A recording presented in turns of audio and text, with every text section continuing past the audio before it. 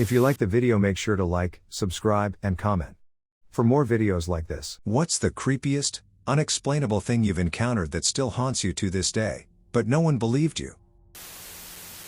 When I was 8, I moved cross-country. This caused a lot of stress and anxiety, so the only real explanation I have for this would be stress-related hallucinations. That said, duck if I know. Anyway, for a few months, not quite every night, but often enough to really bother me, I'd wake up in the middle of the night to the following. My bedroom door would slowly creak open, and a member of my family would come into my room. Sometimes my mom, sometimes my stepdad, sometimes it was me. They'd almost tiptoe into my room like a cartoon villain about to commit some tomfoolery. The sight was scary to my 8-year-old brain. After entering and looking at me for a moment, I'd usually try to engage with them. For example, I would ask them why they were in my room or tell them to leave once I realized they weren't my real family. Once I engaged with them, they always said the same thing in the same, weirdly predatory voice, like they were trying to comfort me, but it was a grown male voice coming from my mom, sister, or me. The voice didn't match my stepdad either. They always said, happy, warm.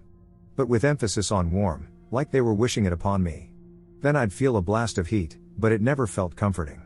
My mind always interpreted it as feeling the fires of hell for a moment, because I thought these might have been demons.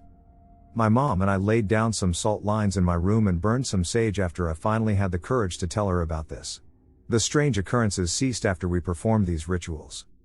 Shit was freaky. I'm afraid of doppelgangers, skinwalkers, and all that sort of shit. One of several experiences at my grandparents' house, but the first time I actually had a close encounter with whatever is in that house to this day. From my earliest memories, I hated having to run back into the rear foyer, where the other refrigerator that they stored sodas in was, to grab my relatives a drink. Especially at night. The refrigerator sits at the bottom of the stairs to the second floor, and I always felt something intensely watching me from the top landing. Anyway, one night my cousin Kay and I were sleeping over. Nobody else was upstairs with us. They'd have to walk through the room we were in to get to other rooms. The entrance to the hallway was next to the bed, which led to 2 more bedrooms, the upstairs bathroom, and the door to the attic at the very end of it. So, that night we slept in the same bed for obvious reasons, and as we were lying there in the dark, trying to fall asleep, we were startled by the sound of footsteps, which started from the opposite end of the hall. The house is old, and the upstairs floorboards squeak and groan when you walk on them. You can tell exactly where someone is upstairs, from downstairs, by the sounds. We threw the covers over ourselves and clung to each other, trying to stay as still as possible. I remember even holding my breath. The footsteps slowly made their way towards us and then stopped right next to the bed. I could feel whatever it was, just standing there, looking at us. We dared not move. We wanted to run and scream, but I was so afraid of what I'd see or that it would get us before I could make it downstairs. Then it turned around and started back down the hallway. Thankfully my grandpa came up to his room to go to bed right after, so we felt safe that he was upstairs with us and ended up falling asleep. The next morning we told them what happened, and of course they brushed it off as the house settling. I felt crazy when all of my relatives would laugh it off when I'd tell them there was something in that house. Only, I'd later find out that they'd end up experiencing things too. Being touched, the radio coming on by itself, hearing something walking around upstairs, doors locking from the inside, things flying and falling, and my pap actually waking to a woman standing across the hall from him, years later. My family has about 1,500 acres of land in rural eastern Oregon, in a heavily wooded, mountainous area. The house has about 25 acres of wood directly around it, which is largely gorgeous and cozy feeling. There is one area of woods that, for some reason, I never felt comfortable playing in as a kid, and neither did the generation of kids before me. It just felt oppressive, and like your hair stood up in it. We always attributed it to maybe coyotes or a cougar living there, as there are tons in the area. One day I had a school friend staying the night up there with me, who was kind of a daredevil. She asked why we weren't exploring that area, and I explained to her that we avoid it because it feels creepy. She laughed and insisted we play there anyway. We decided to build a fort. So we set about piling up branches and assembling a little brush lean-to. As the hours went on, I felt gradually more uneasy. I could tell she did too because she stopped joking and singing. We both became more and more jumpy. At one point, I felt my heart start racing. My legs started shaking. I kept looking around, and I saw her doing it too. Then, all at once, without saying a thing or even looking at each other, we both took off running. We dropped our gloves and tools on the ground and left them behind. Like spooked deer. We were both in tears by the time we got back to the house. We slept in the same bed that night, and I remember the forest was extremely quiet. There were no bugs, no frogs, and no coyotes singing. The next day we had to go back to get our tools. Neither one of us wanted to, but we didn't know how to explain to my grandparents that we lost their tools and nice gloves, so we trudged back into the tree line. When we got to our fort building site, there was a dead deer right where we'd been playing, throat ripped out.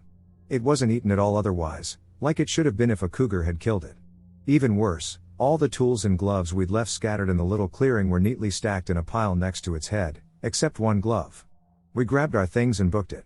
When we got back to the house, we realized the missing glove was on the bench on the deck, just below the window of the bedroom we'd slept in.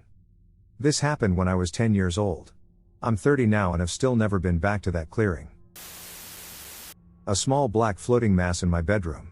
I was a teenager in my bedroom at my parents' house. It was around midnight, and my bedroom lights were on. I heard creaking on the floor outside my bedroom door, as if someone was standing there, shifting their weight around. I assumed it was my dad listening in on me or coming to talk to me, so I called out for him, and there was no response. Then I assumed it was my little brother, so I called out to him, and there was no response. Just then, I noticed that the doorknob was vibrating and shaking. It seemed very strange, so I slowly got up from my bed to take a closer look. Sure enough, the doorknob was shaking. Then I saw it. In the reflection on my shiny doorknob, I saw a reflection of me, my room, and behind me, a small floating black mass, which floated across my bedroom, through one wall, and out through a closed closet. I saw it clear as day. It was a small, dark, almost gaseous-looking mass, maybe the size of a basketball, or at most a beach ball. It took about 1 or 2 seconds to drift through my bedroom. I was shocked. I turned around and saw nothing. Then I quickly opened my bedroom door, and of course nothing was outside in the hallway. Just a dark, empty corridor. I had that strong, prickly, almost electrical sensation run across my body, mostly the back of my neck. I couldn't sleep in my bedroom for weeks after. Then it followed me downstairs, and I saw it again, much more clearly, but this is long enough for now. I saw a creature, and years later, my sister did too. When I was about 5, I was sleeping in my bed, and I woke up and saw what I can only describe as a lizard person standing at the end of my bed. He had the height and body of a man, like a biped, with arms and legs, etc., and he was dark green with fine, smooth scales like a snake. No clothing and no genitalia or anything, and with pupils split like a cat. His legs are spread shoulders width apart, and his arms are held out to his side like a T. Think of the Vitruvian man pose. He smiles and stares at me, and I close my eyes. When I open them, he's gone. Fast forward about 20 years. I'm 25, and my youngest sister, who is 7 years younger than me and wasn't alive at the time of the event, is visiting my place. We are telling ghost stories, and I ask her if she's ever seen anything strange. She thought for a minute and said that once, when she was about 5, she woke up in the middle of the night to see the figure of a person standing in front of her window, legs shoulder width apart and arms out like a T. It was standing in front of a window, so it was backlit and appeared just as a shadow. She ducked her head under the covers, and when she looked again, he was gone. Now, her event happened in a totally different state over a decade after my encounter. She was so much younger than me that I can't imagine I'd ever told her my story as kids or anything, nor did she remember me telling her my story. I have no idea what happened, but the distinctive pose is so unusual. This incident occurred when I was younger and involved in a group called Brownies. Basically like a girls group that did camping and group activities in Canada. I think they go by something else now. So there's this camping trip one year, and we go to a campground called Camp Sumac. If you're Canadian, you might know what I'm talking about. There are, like, rooms with rows and rows of bunk beds for the sleeping quarters. Anyways, I got in trouble for something and was sent to one of the bunk rooms for whatever amount of time. I think we had to be quiet or something, and I was still yapping with people and got caught. Anyways, I get sent to the room, and I swear to actual God, I saw something moving under the bottom bunk of the bed across the room from me. And it was ducking eyes. No normal shape. No facial features. Just ducking eyes. If I moved on the bed, it would move a few seconds after me. And I don't mean the eyes like turned to look at, like slightly bounced and kept staring forward like someone was side crawling under the bed. Like moving sideways.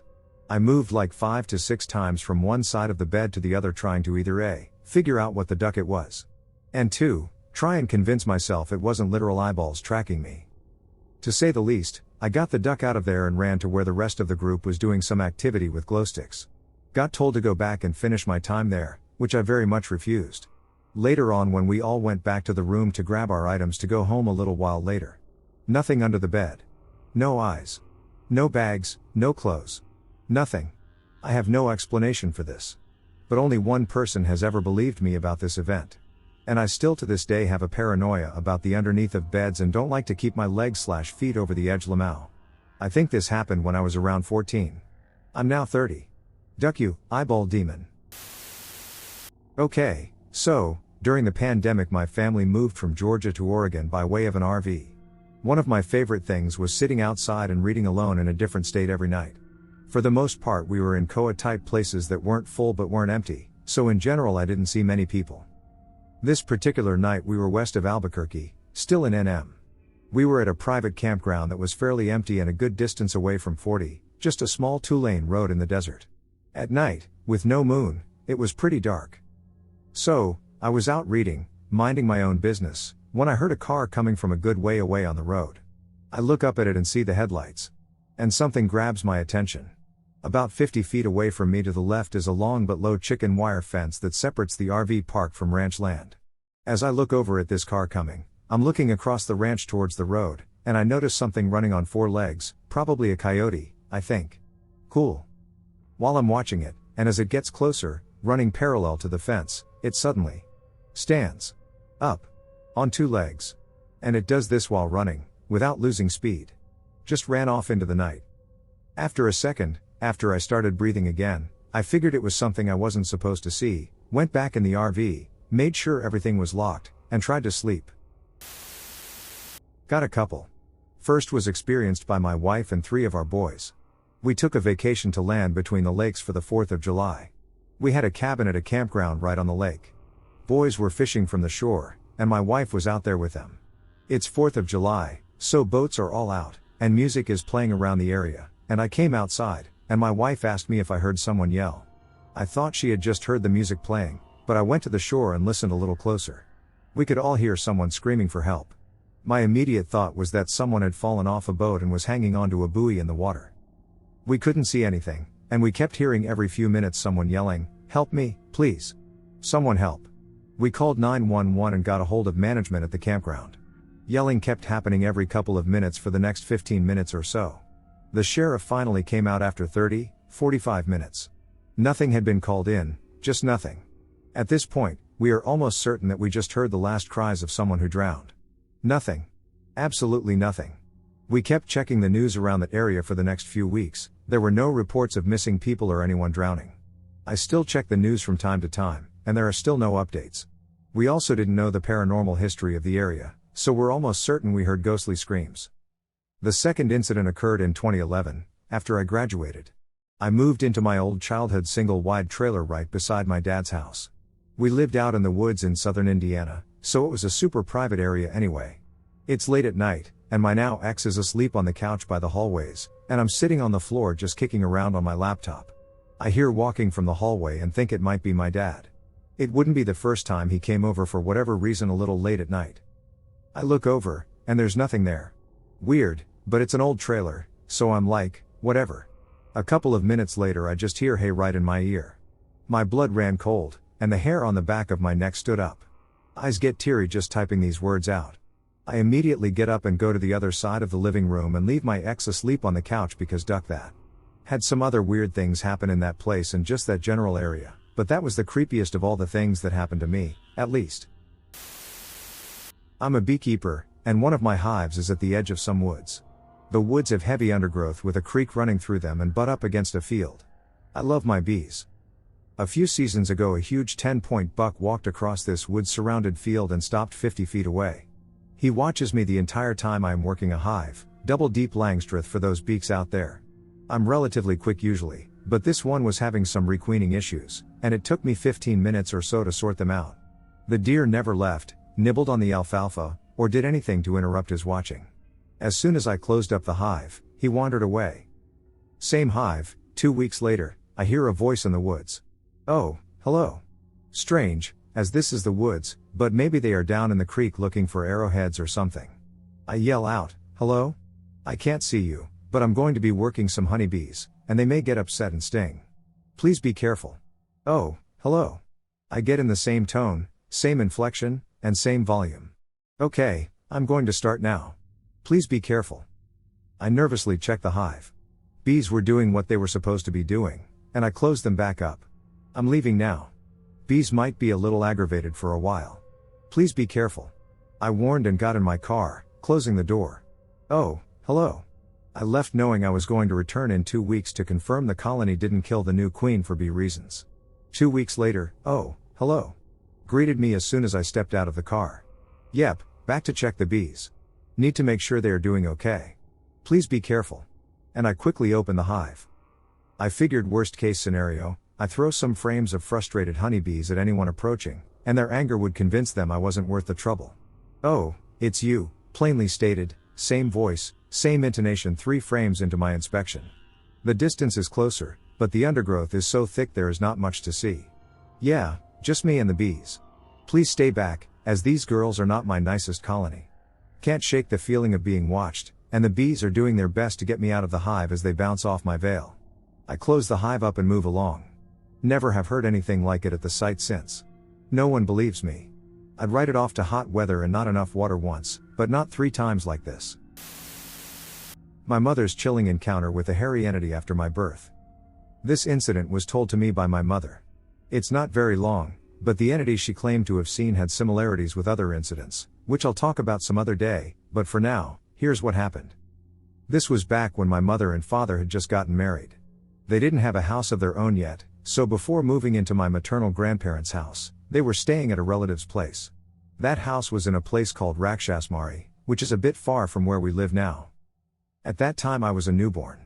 One night my mother was sleeping beside me when suddenly in the middle of the night she felt something touch her. That something was an entity. According to her, it looked like a creature completely covered in hair, like a dog or a bear. Its touch was extremely cold. She saw it clearly in the light of the lamp. She was terrified, and she screamed, and the entity vanished instantly. Later, when she told my father and others, they said it was possible that something might have followed my father home from the swampy area, tea garden, or forest since he often used to go there to collect grass for the cows. When I and my best friend were kids, we used to mountain bike in this forest in southwest Europe. It was a beautiful place full of trees and lakes. A great place to hang out and explore when it was hot, as it was a lot cooler up there. It was very remote at times. You could go off the beaten track and find abandoned farms from the time of the dictatorship that were filled with incredible pieces of history.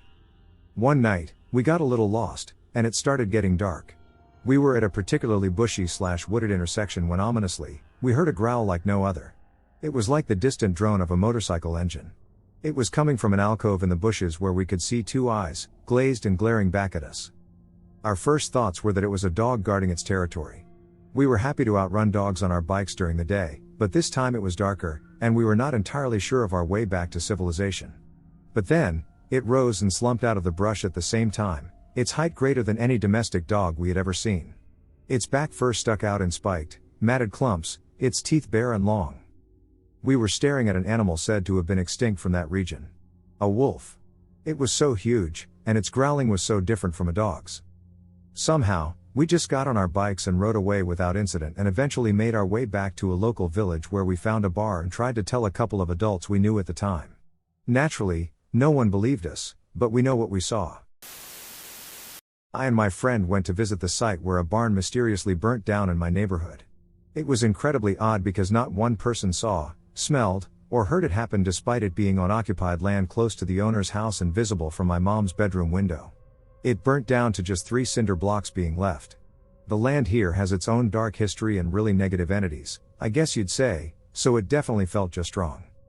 Anyway, we decided to go see the site because there's nothing to do in my tiny town where abandoned barns outnumber people. As we are walking, the closer we get, this unease starts to sink in. It was a heavy, dreadful feeling, like when the weather rapidly changes and you have that feeling in your stomach that something isn't right. That sense of primal danger we feel but can't really articulate. Honestly, we should have turned around, but we were committed by that point. When we got within the perimeter where the walls used to start, suddenly every bug stopped humming. Animals were silent. There was a sudden absence of life and ambient noise that set my teeth on edge. It was unnatural, We both looked at each other and said something about it and confirmed we both had the feeling of being watched. We slowly moved forward, and the further we got into where it once stood, the weirder it got. It made us feel almost drunk. Like loose limbs, wobbly, distorted. Some noise came back, but the noise itself didn't make sense. It sounded like a group of people having a dinner party. Voices, the hum of conversation morphing together to make white noise. Shoes on linoleum. Pans and lids moving, low music, silverware against porcelain.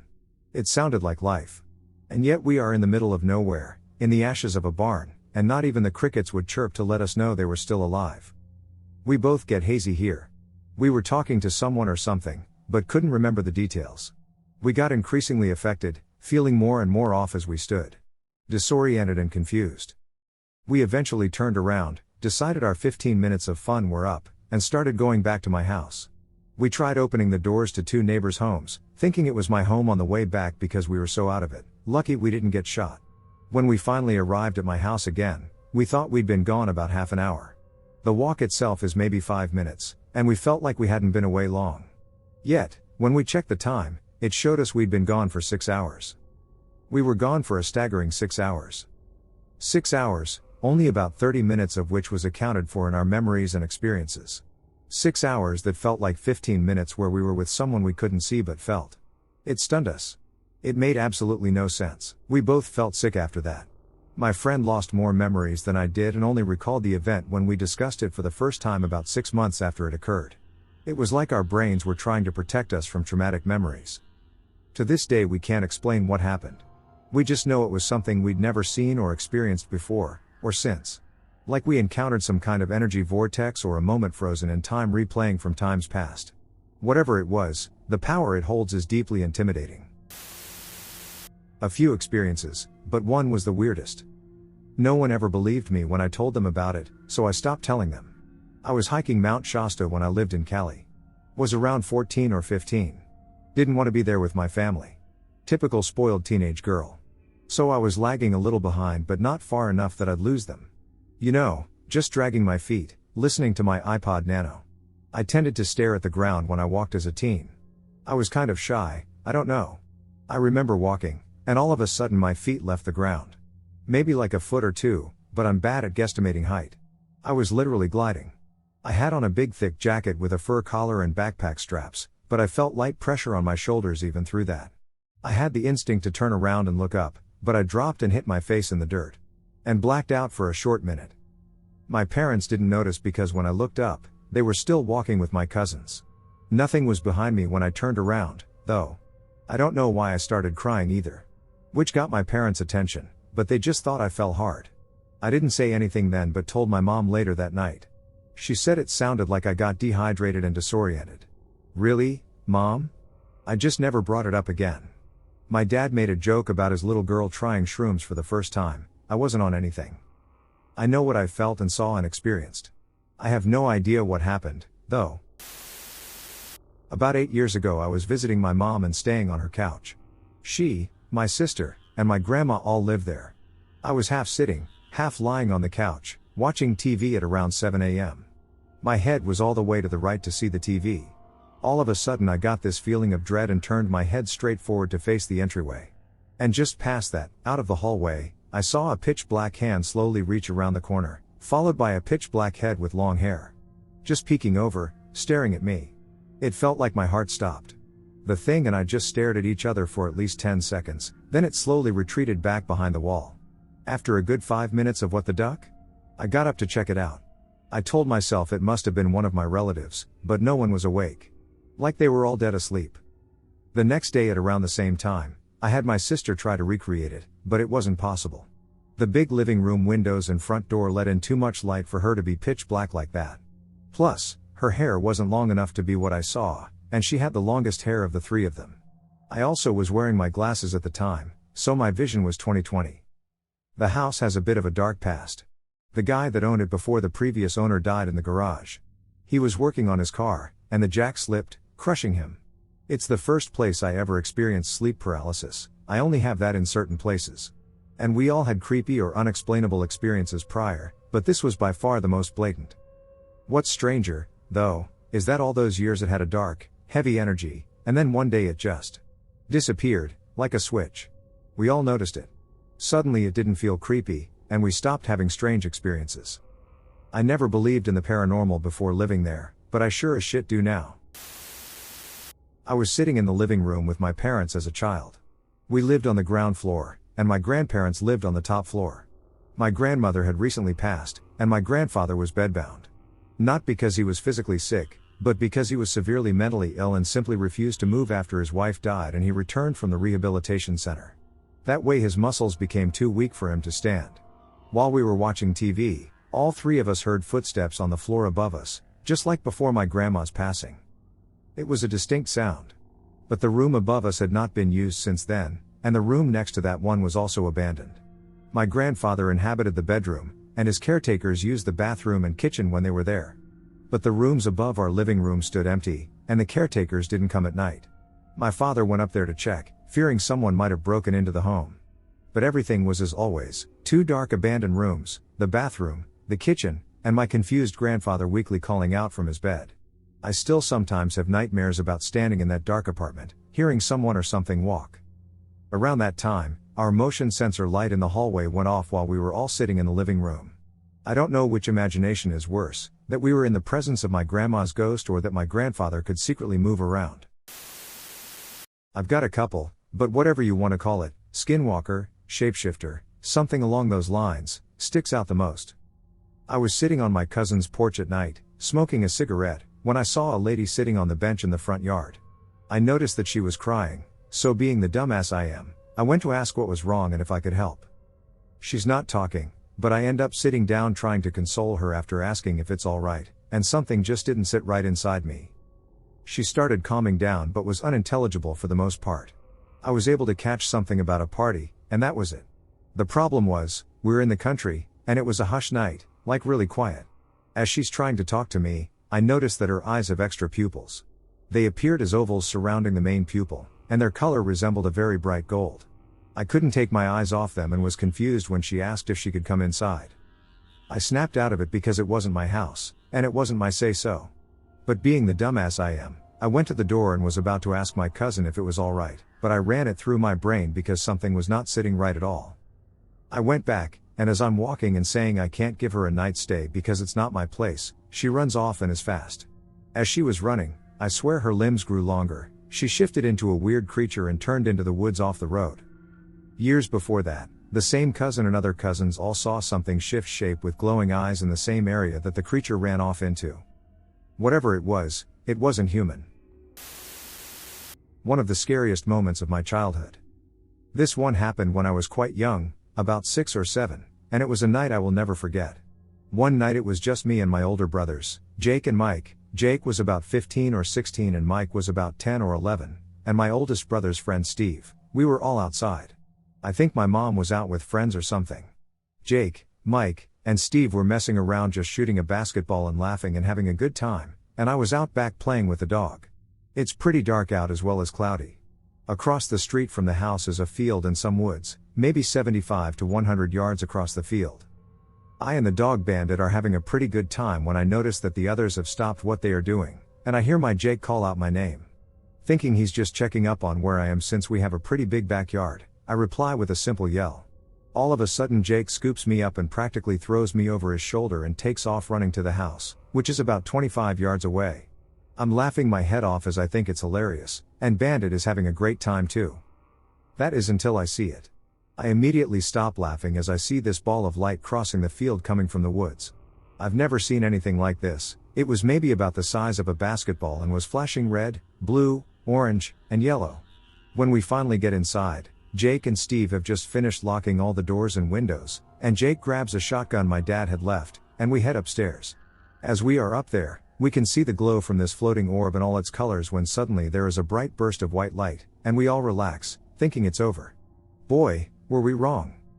About 30 to 45 seconds after the white light, as we are catching our breath, we hear it.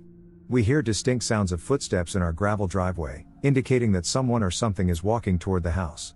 We hear it move closer and closer, eventually making its way to the front porch. It then makes its way to the door, where we hear a loud bang as if it's testing the door or something knocking on the windows. Steve gets the idea to look out the window and immediately turns whiter than I thought humanly possible. He didn't say it at the time, but he saw the shadow as we left the front porch light on and said it didn't look right. As all this is going on, Bandit has been freaking the duck out, barking nonstop, and it appears he's trying to get out the window. This has been going on for maybe a minute or two but seems like ages. Finally we hear our neighbor's truck start up, and there's another white flash, and we hear the neighbor tearing us over to our house. When he gets there, he breaks down the door before Jake can get it open and asks if we're alright.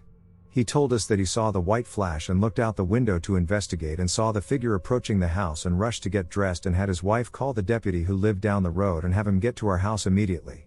He said that as his wife was talking to the deputy, she was looking out the window and started screaming that it was trying to get in. With shotgun in hand, Jim jumped in his truck and hauled us over. When Andy, the deputy who lived down the street, got there, we told him what we saw, and he began to look around. What he found were 2 scorch marks, one in the field across the street and one behind the house. They were round in shape and about 3 yards across. You could also clearly see where it had been banging on the wooden door, as it had slightly dented the wood a little bit and had smudged our glass windows. He called the sheriff, and he came out to have a look as well. When my mom got home, I don't think I've been so happy to see her my entire life. I immediately hugged her and held on tight the rest of the night. The next day, Andy, Jim, and Jake went out into the woods to see if they could find anything. They discovered some unusual caves and noticed the same scorch mark near them, but nothing else was found. That never happened again, and I have not been able to come up with a single explanation. All I know is that I will never forget it, as it was the most terrifying experience I have ever had. I was 13, staying at my grandma's house one summer. It was the middle of the day, maybe 2 p.m. or so. Broad daylight. I walked from the living room to the dining room and felt a strange compulsion to look to my left, down the hallway that led to a storage room. There, standing in the doorway to the storage room, I saw a figure. Not quite a person.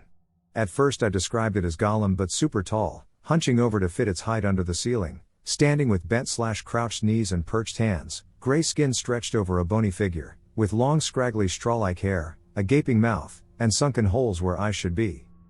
Within the past year I retold this story. I'm 24 now, and a friend told me it sounds like the rake. I looked up images, and the resemblance in some illustrations is striking, though not exact. The thing I saw wasn't bald, for example. I just froze. And in a moment, it was gone, scurrying further into the storage room. I texted all of my friends about it, and they thought I was insane lol. I was stone cold sober, I have never hallucinated, and this is the only time I've ever seen something like this in my life.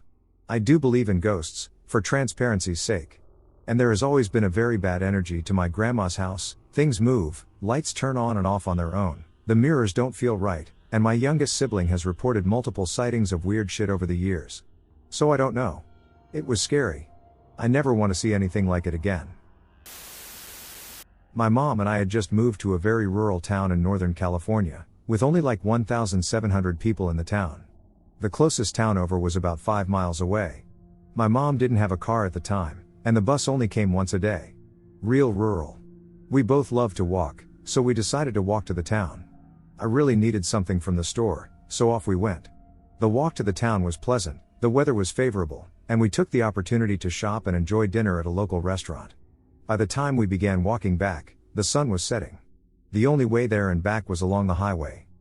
So we walked, and by the time we were less than halfway home, it was pitch black because it was later in the year when it gets dark around 6/7. Since it was a rural area, there were no lights or anything along the highway. Only light came from the cars passing by. We didn't mind the darkness, so we just kept talking and walking. And honestly I remember feeling really safe and not scared at all about walking in the dark. About a third of the way, 2 kids of a nearby neighbor pulled up and asked if we wanted a ride. We accepted because we were worn out and it was getting cold. When we got in the car, the boy asked, "And what about your dad?" My mom and I looked at each other like, what did he say? So the sister who was driving saw our faces and asked again, "What about you, Dad? Doesn't he want a ride too?" I answered her, "I don't have a dad. It's just me and my mom walking." The siblings looked at each other, and their faces got grave. She then asked, "Who has been walking with you all?" My mom and I began to feel uneasy, and we answered that no one had been with us since it's just us two. The girl explained that on their way to the town they saw us walking along the road. Since there wasn't a sidewalk we had to walk in front of one another, so I was walking in front of my mom, and that there were 3 of us. A tall man was walking behind my mom, while I was in front of her. As they drove back from town, they saw we were still walking, all three of us. Even as they pulled up, the man was still standing there behind my mom. Which is why they asked if my dad also wanted a ride, because he had been walking with us the entire time. So they assumed he was my dad. They said he looked like he was participating in our conversation, and he looked happy. My mom and I knew 100% that no one had been following us or walking with us, because we would constantly look behind us to ensure we were safe. We had just moved from a big city, and it was just force of habit to watch your back anytime you walked alone. Plus there were so many dried leaves along the highway that if anyone was walking behind us, we would have heard their steps along with ours. Especially if they were walking as close behind my mom as the kids said they were. The boy got out of the car and looked with a flashlight to see if he could find the man, but there was nothing and nowhere for him to have run off to. We all got back in the car and drove in complete silence. I'm new to this whole storytelling thing. I'll share a personal encounter with the scariest thing that happened. I've been a loner most of my life, so it was pretty lonely at school for me. One day, I was at lunch alone on a Tuesday when I was approached by someone my age and grade. I'll call her Chelsea. Basically, we became friends a few weeks later, and one day she invited me to her house to hang out together outside of school. As we turned the corner, I felt uneasy as I looked at the house. It had a strange vibe to it. As I followed her inside, it smelled a little funky, to say the least, but I didn't complain. As I was exploring as Chelsea used the washroom, I found a basement that led downstairs. Out of curiosity, I trusted my gut and went down. As the cold mist of the air hit my face, it was chilly, but suddenly the door slammed shut behind me because it was so windy. When I tried to get out, it locked me in from the inside. I banged and screamed for help in the creepy dark basement. After what felt like an eternity, Chelsea heard me and came and let me out. It was the scariest thing I experienced. We still talk about it to this day, and every time I go near her basement when I'm there, I get chills. It was one of, if not the, first times I was home alone overnight. I would have been 13 to 15, so not too young, but still basically a kid. I was sleeping in my parents' bedroom. They had the comfy bed and a TV in their room, on the first floor of our house. We lived in a rural area, cornfields behind us, an elderly neighbor on either side, and the main road in front. Across the street was a very small church, less than 30 members in their congregation. Our lawns were fairly large, around an acre, with the neighbors 50 to 100 feet away to the sides. We shared a driveway with our right side neighbors, and my parents left cars in the driveway, so it wasn't immediately obvious that my parents weren't home. It was very late. I can't remember if I was already awake or if this woke me, but I remember I was lying in bed, with all the lights off in the house. Their bed was positioned by a window, with bushes, shrubs, and ivy extending around the side of the house under the window. As I lay in bed, I heard someone whistling right next to the window. As mentioned, we had a strip of greenery next to the window, not impenetrable by any means, but difficult to navigate, especially in the dark. And yet, I didn't hear any footsteps or crinkling leaves. Just the whistling. It wasn't a song, at least not one I recognized, but it also wasn't just a tuneless whistling, actually kind of pretty. It slowly moved back and forth next to the window for a few minutes. I could tell from the sound that they were walking around the house. The whistling eventually headed out towards the direction of the road. I ran to lock all the doors in the house, grabbed a kitchen knife, and hid under the covers. I think I eventually fell asleep, but if so, it wasn't until it finally started to become light out. This wasn't suburbia or even a real town. People walking through someone's yard at night were likely to end up with pellets in their ass, or worse. There were, maybe, 100 people in the town, just a short stretch of road with houses on either side. Behind my house, the direction the whistler came from, was a small patch of woods, with cornfields behind that stretched for miles and miles. We never even locked our doors. The only time I remember us ever locking them was for a week-long summer trip. It was just that sort of place. I went on to spend countless nights alone there and never experienced anything similar again. Other creepy occurrences for sure, but those were all from my earlier childhood, when everything was more, the right word, flexible? When reality and imagination weren't quite as distinct, so all of those others I can write off as an active imagination, but not this. Even as a kid I knew there's probably some totally rational explanation. I'm sure there's a rational explanation for an adult whistling a tune outside of a dark 100-year-old farmhouse at 2 in the morning. There has to be, right? Right? People actually believe my story, depending on whom I tell it to. Most locals definitely believe my story. So for background, I live in a very rural, beautiful place. I'm surrounded by national forest. I regularly feel like I'm being watched out here. There's a trail that runs behind my house and meets with the road I was driving on when this event happened. It's about a 15-minute walk through my property to get to this trail. Back to the story. So a couple years ago I was driving home with my grandma in her car. She was visiting us from her home state. We had driven a few hours north of where I live so she could visit a friend. We had tons of fun and stayed later than planned.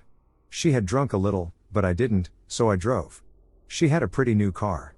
At that moment, I was very close to home. Maybe 4 miles away. I was about to cross the bridge into my small town, which consists of only 3 buildings and a fire station. It was about 1 a.m., so it was dark. There are no streetlights anywhere near us for probably 40 plus miles. Out of nowhere, I see an animal jump into the road, a little ways from me. I thought at first it was a deer, but it stopped. I hit the brakes. It was maybe 50 feet away from the front of the car. It was white with weird textured hair. Almost like sheared sheep.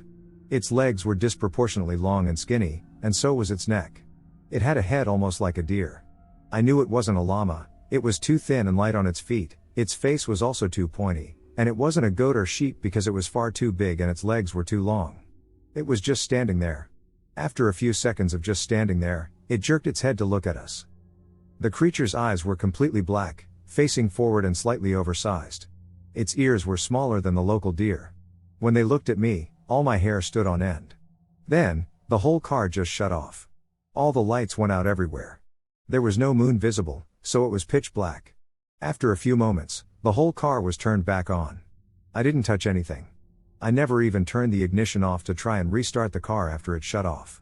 It just did it on its own. The animal was gone from the middle of the road, it was moving in the grass, but its movements were just odd. I don't even know how to explain it. I hit the gas so hard. I floored it the rest of the way home. My grandma and I were shaking. I'm so glad I didn't see it by myself. The next day we took her car to the big town 40 miles from my house to see a mechanic. We went to 2 separate mechanics because the first said her car was perfectly fine. No battery issues, it was brand new, no alternator issues, no shorts, nothing. The second mechanic said the same. Then, only about 2 months ago, my husband and daughter went for a little walk on that trail while I stayed home to train my horse. About 30 minutes into their walk, my husband called me on the phone, kind of frantic, asking if I was on the trail, calling out to him. I, of course, told him I wasn't calling for him. We do a special call when we are in the forest foraging for when we need to meet again. It's kind of like a loud, high-pitched hooting. We had never done it in the forest behind our place because we just used that area for hiking. About a week prior we had been out hiking. I went ahead just to see how the trail ahead looked before we brought our daughter down it. It's the one and only time we did this call out there. Well, my husband thought I was calling for him because he heard my specific voice hooting for him. Nobody else we know around here does that. He said it sounded identical to me. He grabbed his gun from his belt and turned right the hell around to come home. Almost nothing spooks my husband. He's an extremely level-headed and calm guy. I could see his face when he came back. He legitimately looked terrified. My daughter ran to me and exclaimed, "Mama, we heard you but couldn't find you." Whatever the duck it was that was calling him in the forest could mimic my voice and knew our call specifically. This incident occurred only a week after we first tried it in that forest. It knew I wasn't around with them, which also never happens. That was the same trail I saw the weird deer thing come from. I am simply waiting for the day when I go outside in the dark with my flashlight and see 2 eyes looking back at me from the forest. We were doing a 2-week camping trip with some friends, 8 or 9 days in, and we had just set up camp for the night at dusk, nearly twilight time of night. I'd how long it took to notice, but we collectively noticed the forest went silent, and also the faint smell of something awful was on the wind. The most accurate description would be akin to the odor of refuse liquid, if you are familiar with that term. We were all pretty weirded out, but it was too late to move camp, and we were close to the summit of Goose Eye Mountain, so no one wanted to move anyone with such low and decreasing vision. Finally got the fire going, and things returned to the natural homeostasis of the wilderness. Rather than carry a tent, I had a sleeping pack and a tarp for weather, but it was a clear night, so I was cowboy camping that night. I was barely asleep when the sickly smell came back, but this time stronger. I sat up confused and looked over where my 3 other friends were, nudged the one closest to me awake, and whispered something like, "Dude, WTF? WTF? WTF? Something isn't right." They were a little grumpy getting woken up, but they smelled it immediately too. We decided to all kick on our lanterns and start doing a sweep of the tree line with a high-power flashlight. I call my Phoenix the Death Star because at 1000 lumens that beam will burn your carpet if you point it close enough. I'm standing in one spot, slowly scanning the brush that's about 15 to 20 yards away. When the beam catches something hard and angular, the best way I could describe it is like a horse skull. I yelped and kept the beam on the spot and started yelling for my friends to look. As everyone spun around to see what I was freaking out about, the skull swiftly rose about 4 to 5 feet in the air, and that's when I could see its body. It was disgusting, emaciated, and looking nearly starved. I don't know how to really describe its body accurately because I've never seen anything like it before or since. But the closest thing would be like an unhealthy NBA player if they had oversized haunches and arms that were too long. After it swiftly stood, it disappeared backwards into the brush and the darkness. We all kind of just had a collective "what the duck just happened?" moment.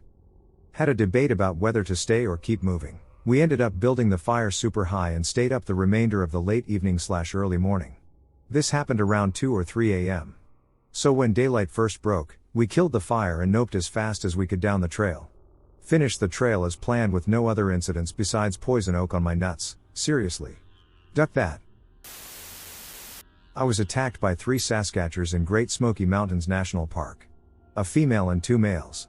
They chased me until I fell headfirst at the base of a large birch tree. The female literally put her foot on the side of my face, pushed the side of my head into the mud, and screamed/roared like a lion and a bear and a dragon mixed.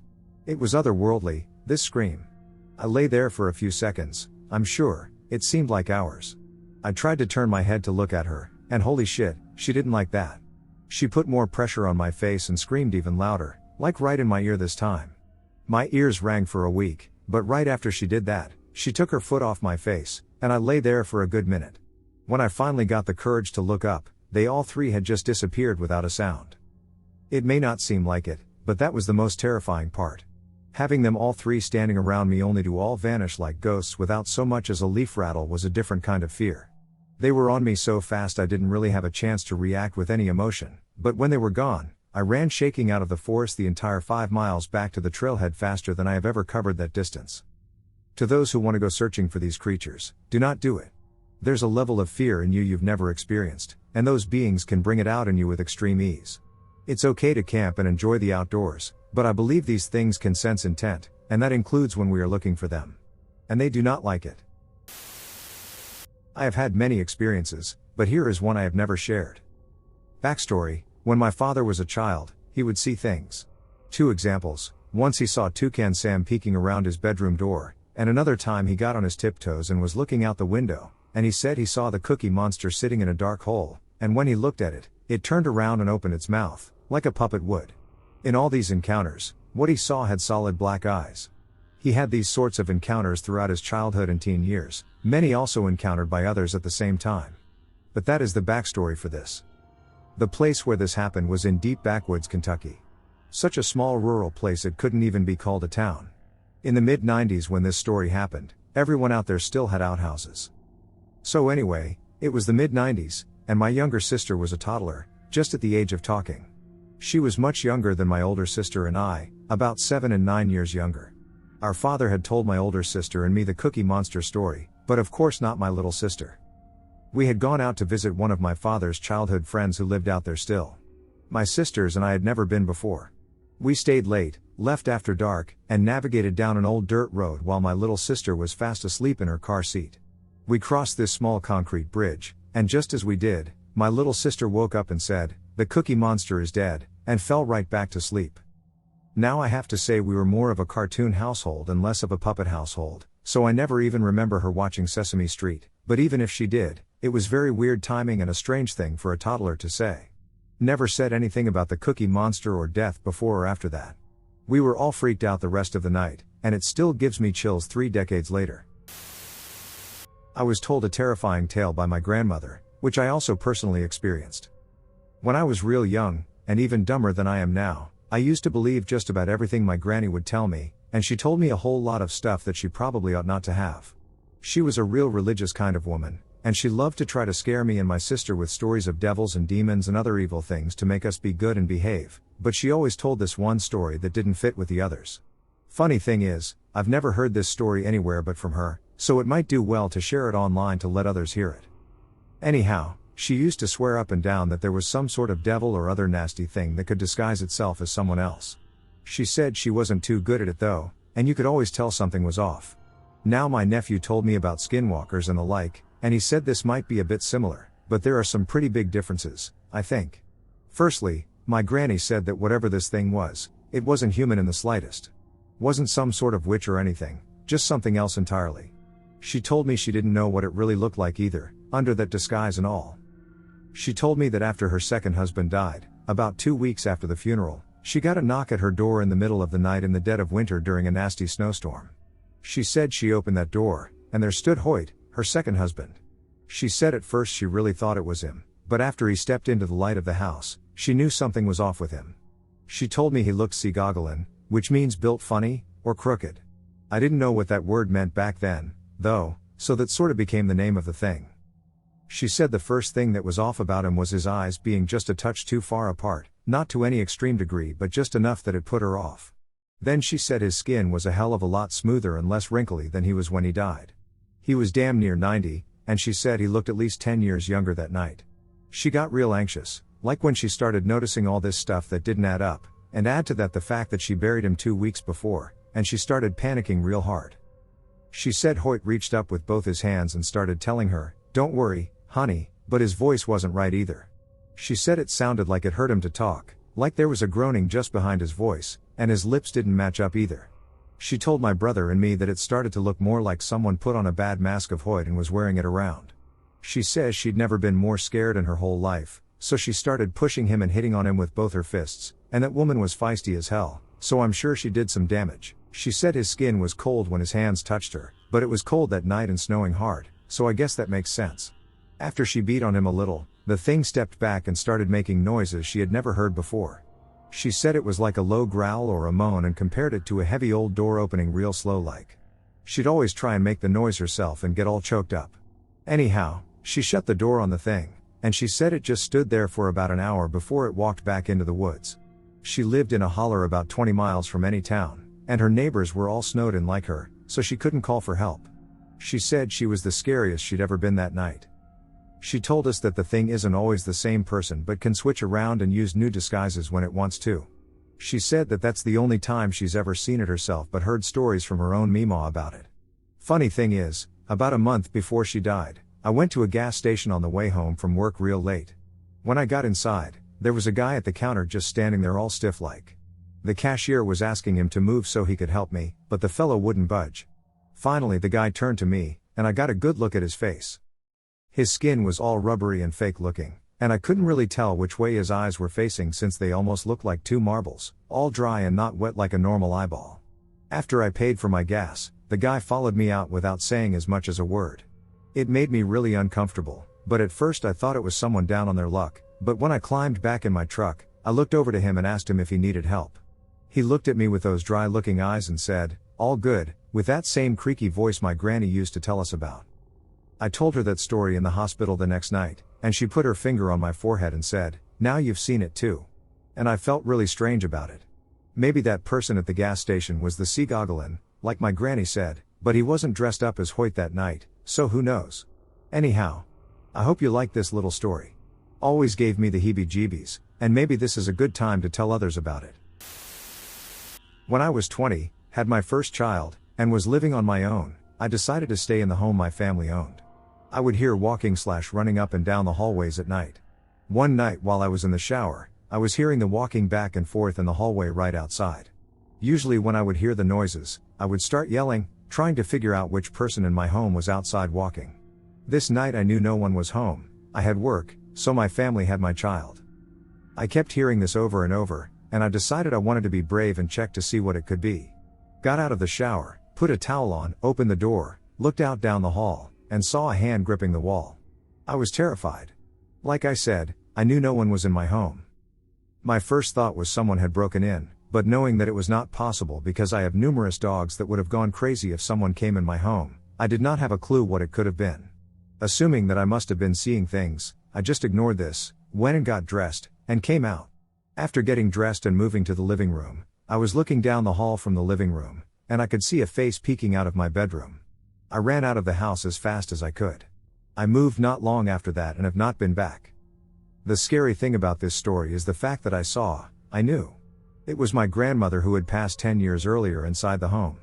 When I was younger, she would play peekaboo with my siblings and me by grabbing the end of the wall and hiding her face and jumping out. This is what was happening when I looked inside my room. She was still trying to play games with me. My child would tell me he was playing with the lady. My mom has a strong spiritual belief in ghosts, demons, entities, and other supernatural beings. I am not, and I do not believe in that stuff. My brother also believes in that stuff. I was living out of state and visiting my mom back home in California, spending a week there. I was staying in my old bedroom, down a short hallway from my parents' room and brother's room. For months my mom and brother were telling me they had a mimic in the house that imitated my brother, his voice, his walking, etc. I'm like, yeah, okay, it's totally not because you guys watch horror movies constantly and like to freak each other out. At the time, my mom's boyfriend said he didn't believe in it either, but whenever we talked about it, he would quickly shut the conversation down. One night, while I was in my bed scrolling on my phone, I heard my brother scratch my door and loudly whisper my name.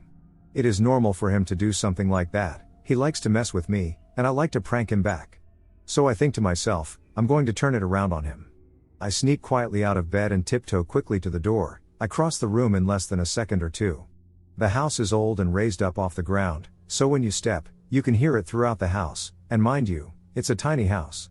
I don't make a sound, and I wrench my door open really fast while growling, "What do you want, little Bo?" Nothing. There is nothing outside my door. No brother, no one else. Even the dogs are in my mom's room, and her door is closed. My brother's door is closed. Now, you may think he could have done it and then run to his room. My brother has autism, he steps loudly even when trying not to, and his door frame is jacked up, so when he closes his door, he has to pull it hard to actually shut, and it's loud. When I told you, after scratching and hearing my name, there was no other sound at all. I went to his room and opened the door. He's lying on his stomach, blanket up to his shoulders, reading a Harry Potter book. I asked him if he was just at my door, and he said no, he's been reading for the past couple of hours. Why? I say, nothing, I was just curious. I avoid discussing the possibility that something might be in the house. He smiled at me and said, "It was the mimic, wasn't it?" To this day, I have no explanation, and I get goosebumps remembering it. Back in the late 1990s I used to supervise a crew doing trauma scene work. We would go into buildings after homicide, suicide, unattended deaths, accidental deaths, fire deaths, or pretty much any messed up thing that could happen inside a building, home, or office. The following story took place at one of those trauma scenes. I have encountered several cases that have left a lasting impression on me, but this particular incident seemed to be more influenced by malevolent forces than others that were merely tragic. We often got dispatched out, sometimes with little details only, like vehicle damage to structure with fatality or fire damage to structure with multiple fatalities. Sometimes it was very vague, like death inside home. We were dispatched to a single-family house in the outskirts of Los Angeles, a working-class neighborhood with homes built probably in the early 1950s, not a bad rundown section but just an area where families lived, a quiet, unassuming area. We arrived at the site. It was a ranch-style home with a sweeping driveway to the street. The garage door was open, and an older lady was sitting inside the garage smoking. I walked up to her and introduced myself and said, "I am sorry for your loss. We are here to help clean up and do whatever we can to help you." I can tell she is nervous, but in most of these situations we run into people crying, shocked, or just stone quiet and unable to speak. Most of the time, they have someone there to help them, like a family friend, family member, or neighbor. However, she was all alone. She looked very uneasy, and I could see that she had a sofa, a TV on a stand, and clothes piled up in her garage. I asked her if she would like to show me the area where the incident occurred. She said to me, "I'm not going back in that house." She then points to a front bedroom window and says that is the room. I did not know what happened there. As usual, I wasn't given many details, not that I needed to know, but sometimes it helped knowing if we were dealing with a murder, suicide, or child death. I start to ask her if there is anything in that room that might be affected and that she would like us to save or secure for her. She said she didn't care about anything in that house, and she was not going back inside. I was just thinking to myself, this is sometimes pretty typical. No one likes to go back inside where loved ones were lost. She starts to tell me a story that made the hair on the back of my neck stand up. She said that her son ended himself in that room. She said that there were evil spirits in that house. I just said I am sorry, and she said, no, you don't understand. She said that a year ago her other son ended himself inside the house too. The demons attacked him and took him too. She also said that a few years before that, her husband ended himself in the house too. To me, in all the people I have met in situations where loved ones were lost, you get a sense of grief and sometimes mental illness. I didn't get mental illness from her, what I got was a poor woman scared out of her mind. I asked her if she wanted me to call anyone for her. She said that either a family member or a friend was coming to take her away. I can't remember exactly what she said. I asked her to sign our paperwork allowing us to do what we needed to do and asked her if there was anything she wouldn't want us to dispose of. She said, you can just burn this place down for all I care. I gathered my crew, and we suited up to go inside. We entered the room, and it was a smaller bedroom with blue painted walls and a little on the messy side. There was a pool of blood at the foot of the bed, vomit on the bed, and on one side of the bedroom walls, the entire wall was written in blood. We could only make out some words, as it almost didn't seem like it was in English. We later found out from a neighbor that the son, who was an adult, had ended self on the bed. We cut out the carpet, wrapped the mattress up, and cleaned up the room so there were no longer any traces of what was left behind. During the time we worked, the old lady took off, and we locked up the house. The thing is, we were in the house for a few hours, and the feeling inside the house was like that of being in a cave or something. The air was thick, and the smell inside the house was sick, more than stale but pungent and foul. We all felt like we wanted to get out of there in a hurry. The way that the old lady was scared to go back inside and the fact that the house took her husband and 2 sons, I had not been a huge believer in evil lingering inside a place until then. I truly felt the presence of evil and still remember that experience today. A few years ago, we were on vacation with our daughter, who was probably 2.5 at the time. She had a huge obsession with playing keepy uppy, thanks, Bluey, so we thought bringing a few balloons to blow up and play with would be a great way to pass time in the evenings when it was too cold to go outside. We stayed at an Airbnb that had 2 bedrooms, one with a full bed and one with a queen. She was finally sleeping through the night without needing to breastfeed, so her dad insisted he sleep with her, and I get a quiet room to myself. No issue for me, I was quite pleased, so I chose the bedroom with the full bed to allow them more space for safer co-sleeping. Throughout our time there I kept hearing things. I even told him that I was certain someone was living in the garage that was situated beneath the kitchen.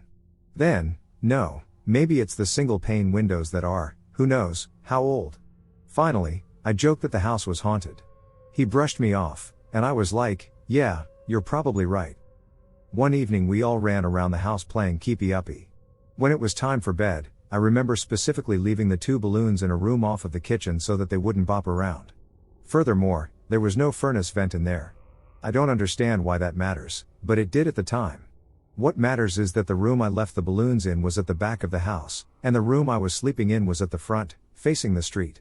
At some point I wake up because I hear the faintest bit of bouncing? Rubbing of something? I was half asleep and unsure. It went on for maybe a minute until I realized the sound was at the foot of my bed. Then I was afraid that our daughter had crawled out of bed and was awake and playing by herself, so I popped my head up fast. When I looked to the foot of the bed, I saw what looked like a child's head ducked down to hide. I felt like a horrible mother and called for my daughter, but there was no response. Worried, I went to look for her. She wasn't hiding at the end of the bed, and realistically she wouldn't have been tall enough for me to see her anyway. She wasn't anywhere in the house, so I rushed to their room, and they were both there, fast asleep. The next morning, while we were getting ready to leave for breakfast, I walked out of the bathroom to grab my shoes and scan the floor where I remembered leaving them. Unexpectedly, I found a yellow balloon under my bed. I inherited a percentage of my parents' house when they passed away and moved back in. My mom had passed away in her bedroom, and that always gave me the creeps, so I didn't use it. It became a storage room for everything I had to sort through but couldn't face throwing away.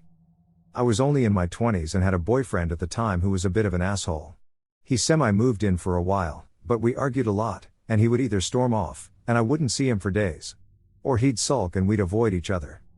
One afternoon, I came home from work, and my then boyfriend was out, at his job. The house was empty, no one else had access to it. I could hear music, so I headed upstairs, as I assumed he'd left his stereo on. But the music was coming from my mom's old room. I opened the door, my heart feeling like it was going to burst out of my chest. An old radio was playing. But this radio was probably 40 years old. And the battery had died a long time previously. Given that this was a room to dump junk, it had probably been battered about. Yet this old radio was tuned, turned up to maximum volume, and had somehow regained its battery charge. I turned it off, ripped the old battery out, and double-checked that it was indeed an old battery, and ran to call my boyfriend. I'd been hoping he'd set it up to freak me out following yet another argument. But he swore blind he hadn't. It took me a long time to calm down from that one. I can't necessarily say that no one believed me, because I just didn't tell anyone. I lived in a super haunted house. It was a townhome, and multiple people in the complex had issues too. They just seemed to like, or dislike, depending on the perspective, being at our place. One night, not long before we moved out, I had stopped by home to grab something and then go stay at my friend's. We had endured 8 years of torment in this place. At 21, I was genuinely over it. I no longer felt frightened and simply accepted the situation. No one was home this particular night, and my mom always kept one of those touch-controlled lamps on the lowest setting on her nightstand. Day or night, it didn't matter, it was always on, so it illuminated her room in a very soft yellow light. As I went upstairs to my room, I noticed a man lying in my mom's bed, facing the hallway, out of the corner of my eye. My instincts immediately started screaming to get the duck out of there as fast as possible, but not to react in any obvious way. Reacting meant acknowledging, and I didn't want that thing to feel like it had any power. I managed to stay calm, pack my bag as fast as possible, and then on my way back out I had my head turned slightly towards her room so I could use my peripheral vision better to confirm if I actually saw anything and to try and get a closer look. There was, in fact, a presence lying in her bed. It looked like an old man with a very thin and hollow, sickly looking face. He was wearing black clothing, but I could easily make out his silhouette against the lamplight behind him. The thing that spooked me was that, even though he was lying on his side, kind of curled up, he took up the entire length of the queen bed. I continued on and had probably the most horrifying walk down a flight of stairs that I will ever experience, lol. Thinking about it now, I really feel Top Hat Man vibes from that whole situation. The thought of it still makes me feel uneasy. We were maybe a half hour from home but deep enough into the woods to feel swallowed by them. My then girlfriend was in her Appalachian Trail era, obsessed, honestly, and picked an overnight hike near a trailhead to ease us into it. We got there late. The shelter was already claimed, so we found a nearby site, pitched the tent fast, and scrambled to collect firewood before darkness fell in full. I've spent a lot of time in the woods. Enough to know what's normal. What's not. At some point in the night, I woke up. No sound. No movement. Just wrongness. My girlfriend was next to me, tense and silent, practically humming with panic. I hadn't heard anything yet, but she had. And soon, so did I. All around us, thick branches snapped in the dark. Not twigs, real branches. But there was no accompanying rustling, no movement through the brush. Just the occasional crack, too clean, too spaced out, too deliberate. They came from random directions, but mostly from one side, away from the shelter.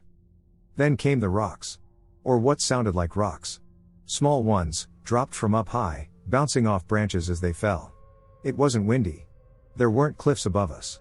It sounded like someone, or something, was perched above us, scattering pebbles like breadcrumbs. And it wasn't constant. It felt intentional. I tried to convince myself it was just acorns, but I knew the trees here were mostly conifers. Still, I told myself a lie I could sleep too. Except I couldn't. Neither of us could. The worst part? Our dog stayed silent. Not a growl. Not a twitch. The beagle, normally set off by a squirrel farting 2 counties over, didn't make a sound. That silence was louder than barking. We were too scared to stay in the tent, felt like sitting ducks. And whatever it was moving silently just beyond the light, watching. We got out, lit the fire, and sat up until morning. At first light, the forest changed. Whatever pressure had been in the air was gone. Birds were chirping. Everything looked completely normal. I searched the ground. No acorns. No sign of anything. It felt like the woods had just decided to let us go. I was very young, maybe 5 or 6 years old. My aunt had come over, and she brought these 2 little boys with her. My dad asked me to go play in my room, so I asked the boys if they wanted to go play, and they smiled and nodded. So I led them to my room, and we started to play with my toys. I don't remember everything we played with. I remember my mother passed the room and saw us playing. It was shortly after I saw her that I got the brilliant idea to have them help me lock myself in the closet. The closet didn't have a lock on it, but I told them to help me with the mattress. It was a kid's bed mattress, but I wouldn't have been able to move it myself due to its weight. So they helped me move it to the closet door, and I told them that once I was inside, they needed to push against the doorknob. Why did I want this? I had no idea why, but kids do the darndest things, right? They seemed pretty reluctant at the beginning but went along with it anyway. Once I was inside, I heard them push it against the doorknob. I was already feeling scared. I was about to ask them to let me out when I heard giggling and running feet. I called out, "I'm scared now, so please let me out," to them, but I guess they had run out by that time. I was so terrified that I would be stuck in the closet and no one would find me that I curled up in a squat and cried in that closet. About 5 minutes later, my mother flung open the door, despite the mattress being in the way, and picked me up, comforting me as I cried. She asked if my aunt had locked me in the closet, but I told her no. After a few minutes and I finally calmed down, I asked her about the 2 little boys. Her words chilled me to the bone. "What little boys?" Happened a few years ago, still freaks me out. Not the only weird thing that's happened to me, but definitely the scariest. I was living in a duplex with my ex and my best friend. My ex's mom didn't like me very much, which I think is important to the story. One night I had this sleep paralysis thing going on, where you wake up into another dream, except I didn't know I was asleep because I was in my room, and my ex was lying next to me in our bed. I turn over to him, and he sits up and starts screaming in this weird demonic voice. His jaw was unhinged and wider than any human mouth could stretch. I wake up from that dream. Again, I think I'm awake because I'm in my house. So I get up, and the house is pitch black. I'm trying to find a light switch, and I can't. I leave our room and go into the hallway. I can see light coming from under the other door where my friend/roommate slept. The door opens, and my ex's mom is in the room. I got this horrible feeling of something being very wrong. She sort of floats out of the room past me, and I'm trying to hide in the shadows, but she sees me. Then I actually really wake up, and I'm a little freaked out. I go into the kitchen for some water, come back into the bedroom, and flip on the light. Underneath me on the bed, right where I would have been lying, there's a big hole burnt in the sheet. I'm not talking about a cigarette burn, I'm talking about a 6x12 hole right under my chest area. I had just put those sheets on before we went to bed that night. They were clean white sheets. I would have noticed a giant hole with burnt edges when I made the bed. I don't know what the duck happened, but I think something tried to attack me on the astral plane while I was sleeping. Any ideas? I have completely stopped communicating with my grandmother, as she doesn't trust me and believes I'm insane. The rest of my family does believe, by the way, but this is my story. My first experience with him was when I was a kid. I was very young at the time, likely around 3 years old, but I remember this experience vividly because it is one of my core childhood memories. I got out of bed to get a drink, and my room was at the end of the hall next to my parents'. As I walk past my parents' room, I can see them asleep in their bed and my younger brother, who was a baby at that time, in his cot, and standing over my parents' bed was a large, shadowy man with horns. He was staring right at me and smiling. After that I got a drink and then went back to bed. It terrified me, but I was a kid, so I probably didn't understand what I was looking at. The second experience came when I was about 12. It started out of nowhere. I was sharing a room with my younger brother, and it was a small room.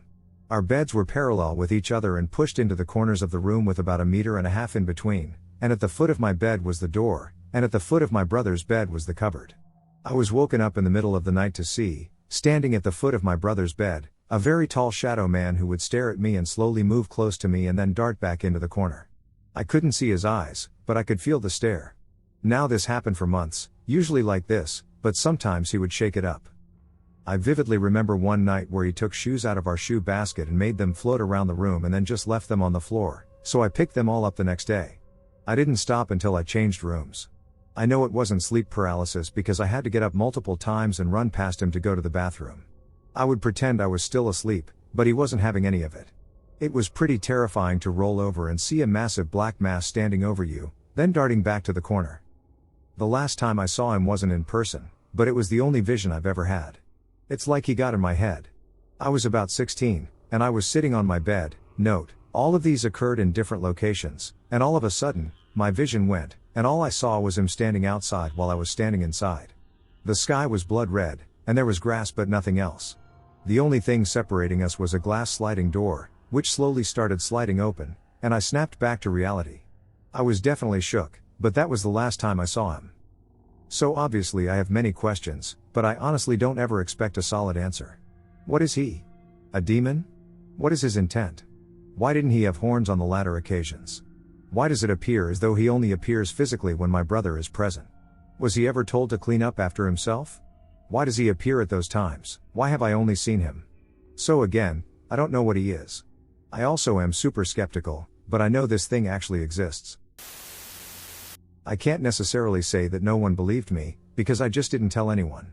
I lived in a super haunted house. It was a townhome, and multiple people in the complex had issues too. They just seemed to like, or dislike, depending on the perspective, being at our place. One night, not long before we moved out, I had stopped by home to grab something and then go stay at my friend's. We had endured 8 years of torment in this place. At 21, I was genuinely over it. I no longer felt frightened and simply accepted the situation. No one was home this particular night, and my mom always kept one of those touch-controlled lamps on the lowest setting on her nightstand.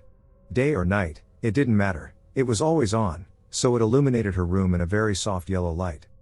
As I went upstairs to my room, I noticed a man lying in my mom's bed, facing the hallway, out of the corner of my eye. My instincts immediately started screaming to get the duck out of there as fast as possible, but not to react in any obvious way. Reacting meant acknowledging, and I didn't want that thing to feel like it had any power. I managed to stay calm, pack my bag as fast as possible, and then on my way back out I had my head turned slightly towards her room so I could use my peripheral vision better to confirm if I actually saw anything and to try and get a closer look. There was, in fact, a presence lying in her bed. It looked like an old man with a very thin and hollow, sickly-looking face. He was wearing black clothing, but I could easily make out his silhouette against the lamplight behind him. The thing that spooked me was that, even though he was lying on his side, kind of curled up, he took up the entire length of the queen bed. I continued on and had probably the most horrifying walk down a flight of stairs that I will ever experience, lol. Thinking about it now, I really feel Top Hat Man vibes from that whole situation. The thought of it still makes me feel uneasy. I once had a dream. I was walking solo down a familiar dirt path towards a wooded area. As a side note, the path felt familiar to me in the dream, even though I had never actually walked down this path before. As I walked toward the wooded area, the feeling of familiarity changed, and the path ended at an old abandoned cemetery under the tree canopy. The familiarity suggested the path continued and the cemetery should not be there. I was drawn into the cemetery toward a specific grave. The detail was vivid. There was an old stone bench next to a sunken grave. The headstone had an angel on top. The remaining wing had a pine needle dangling off, hanging from a cobweb, drifting in the breeze. It was peaceful and quiet. I immediately woke up and felt like the dream was calling me back. I felt oddly connected. The jolt from waking up was so startling I decided to write the dream down. Fast forward a couple of years. I was considering buying a house with my girlfriend. After we reached a house we were considering, the realtor called and said she was running late. While waiting, we walked outside the house. Behind the house, we noticed a path past the overgrown grass going into some woods. To kill time, we decided to walk the path to the trees. While walking along and enjoying the sun on my face, I was hit with an intense feeling of déjà vu. I knew this place. As we reached the woods, there it was, the abandoned cemetery. It was the same cemetery in my dream. I told my girlfriend I'd visited this place in a dream and described specific details down to the pine needle.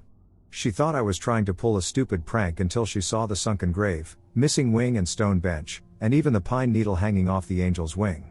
She immediately walked back toward our car. The entire experience was a copy/paste of my dream with the exception of my girlfriend being present. Later that day, we were back at my house. She asked me how I knew all that detail. I let her read the dream I wrote down. I described the path, trees, cemetery, and weather perfectly. She refused to ever talk about the experience again. That was around 20 years ago. The experience still haunts me to this day. When I was 12, I was still sleeping on the floor in my parents' room. I had seen 2 full-body apparitions at younger ages, not while in bed, and whenever I woke in the middle of the night, I would get scared and would go to my parents' room and sleep on the floor on my mother's side of the bed. Anyway, one night I had woken again and looked to my father's side of the bed and saw what I thought was a burglar. He took a step towards my father, and I jerked upward instinctively. He then instantly disappeared. I could see him very clearly. In fact, it was too clear because it was pitch black in the room, but, well, he was glowing or lit up. He was wearing a red plaid coat similar to a lumberjack type jacket. He seemed to be on the older side, with a slightly heavy build. His face was the scary part, though. I don't know what was wrong with him or who he was, but there were veins popping out all over his face. Really disturbing. I have never seen a picture of anyone with that sort of affliction.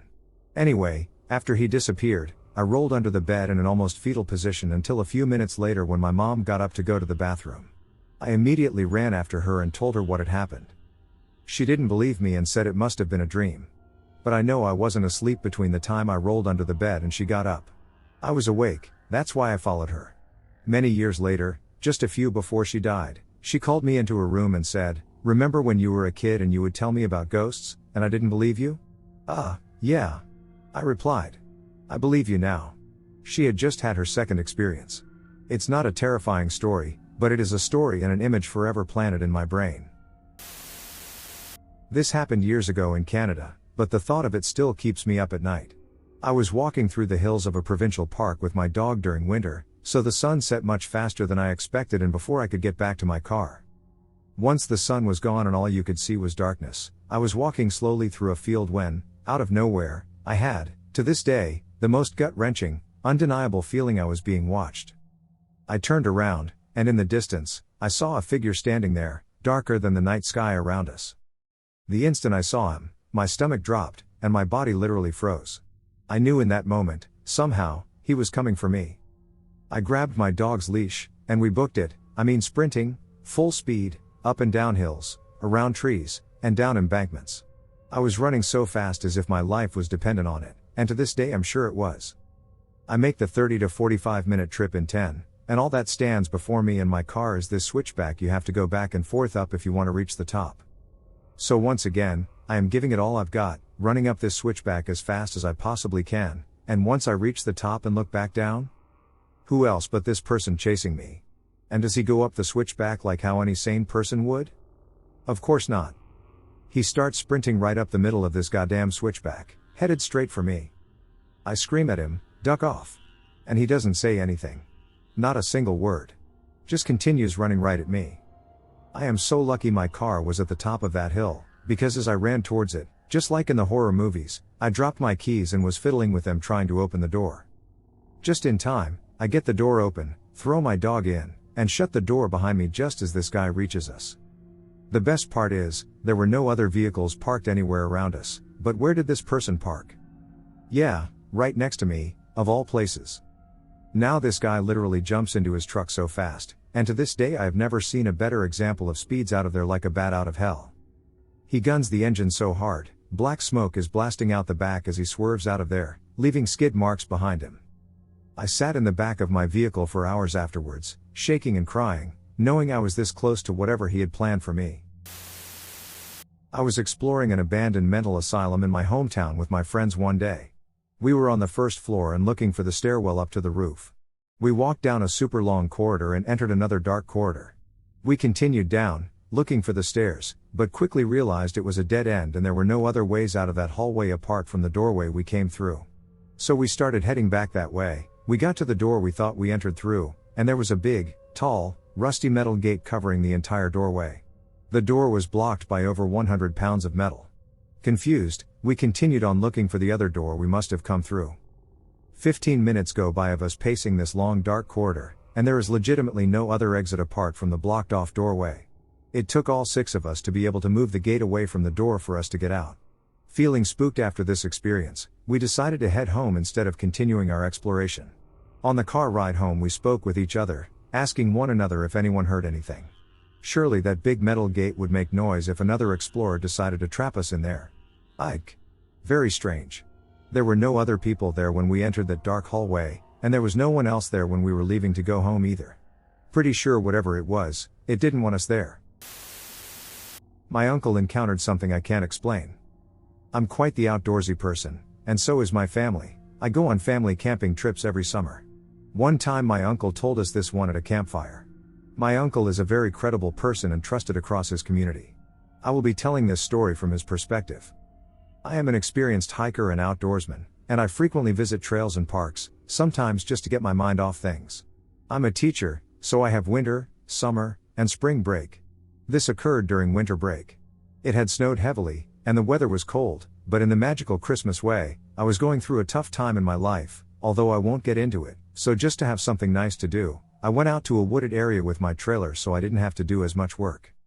It was a pleasant surprise to see the park was void of people clearly not wanting to be in the cold weather.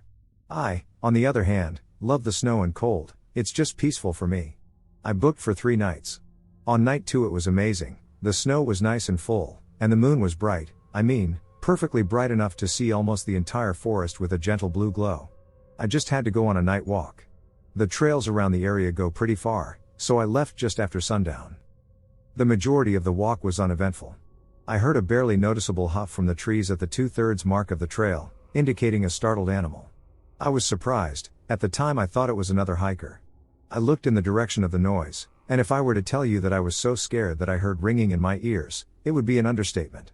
I only saw a silhouette of him.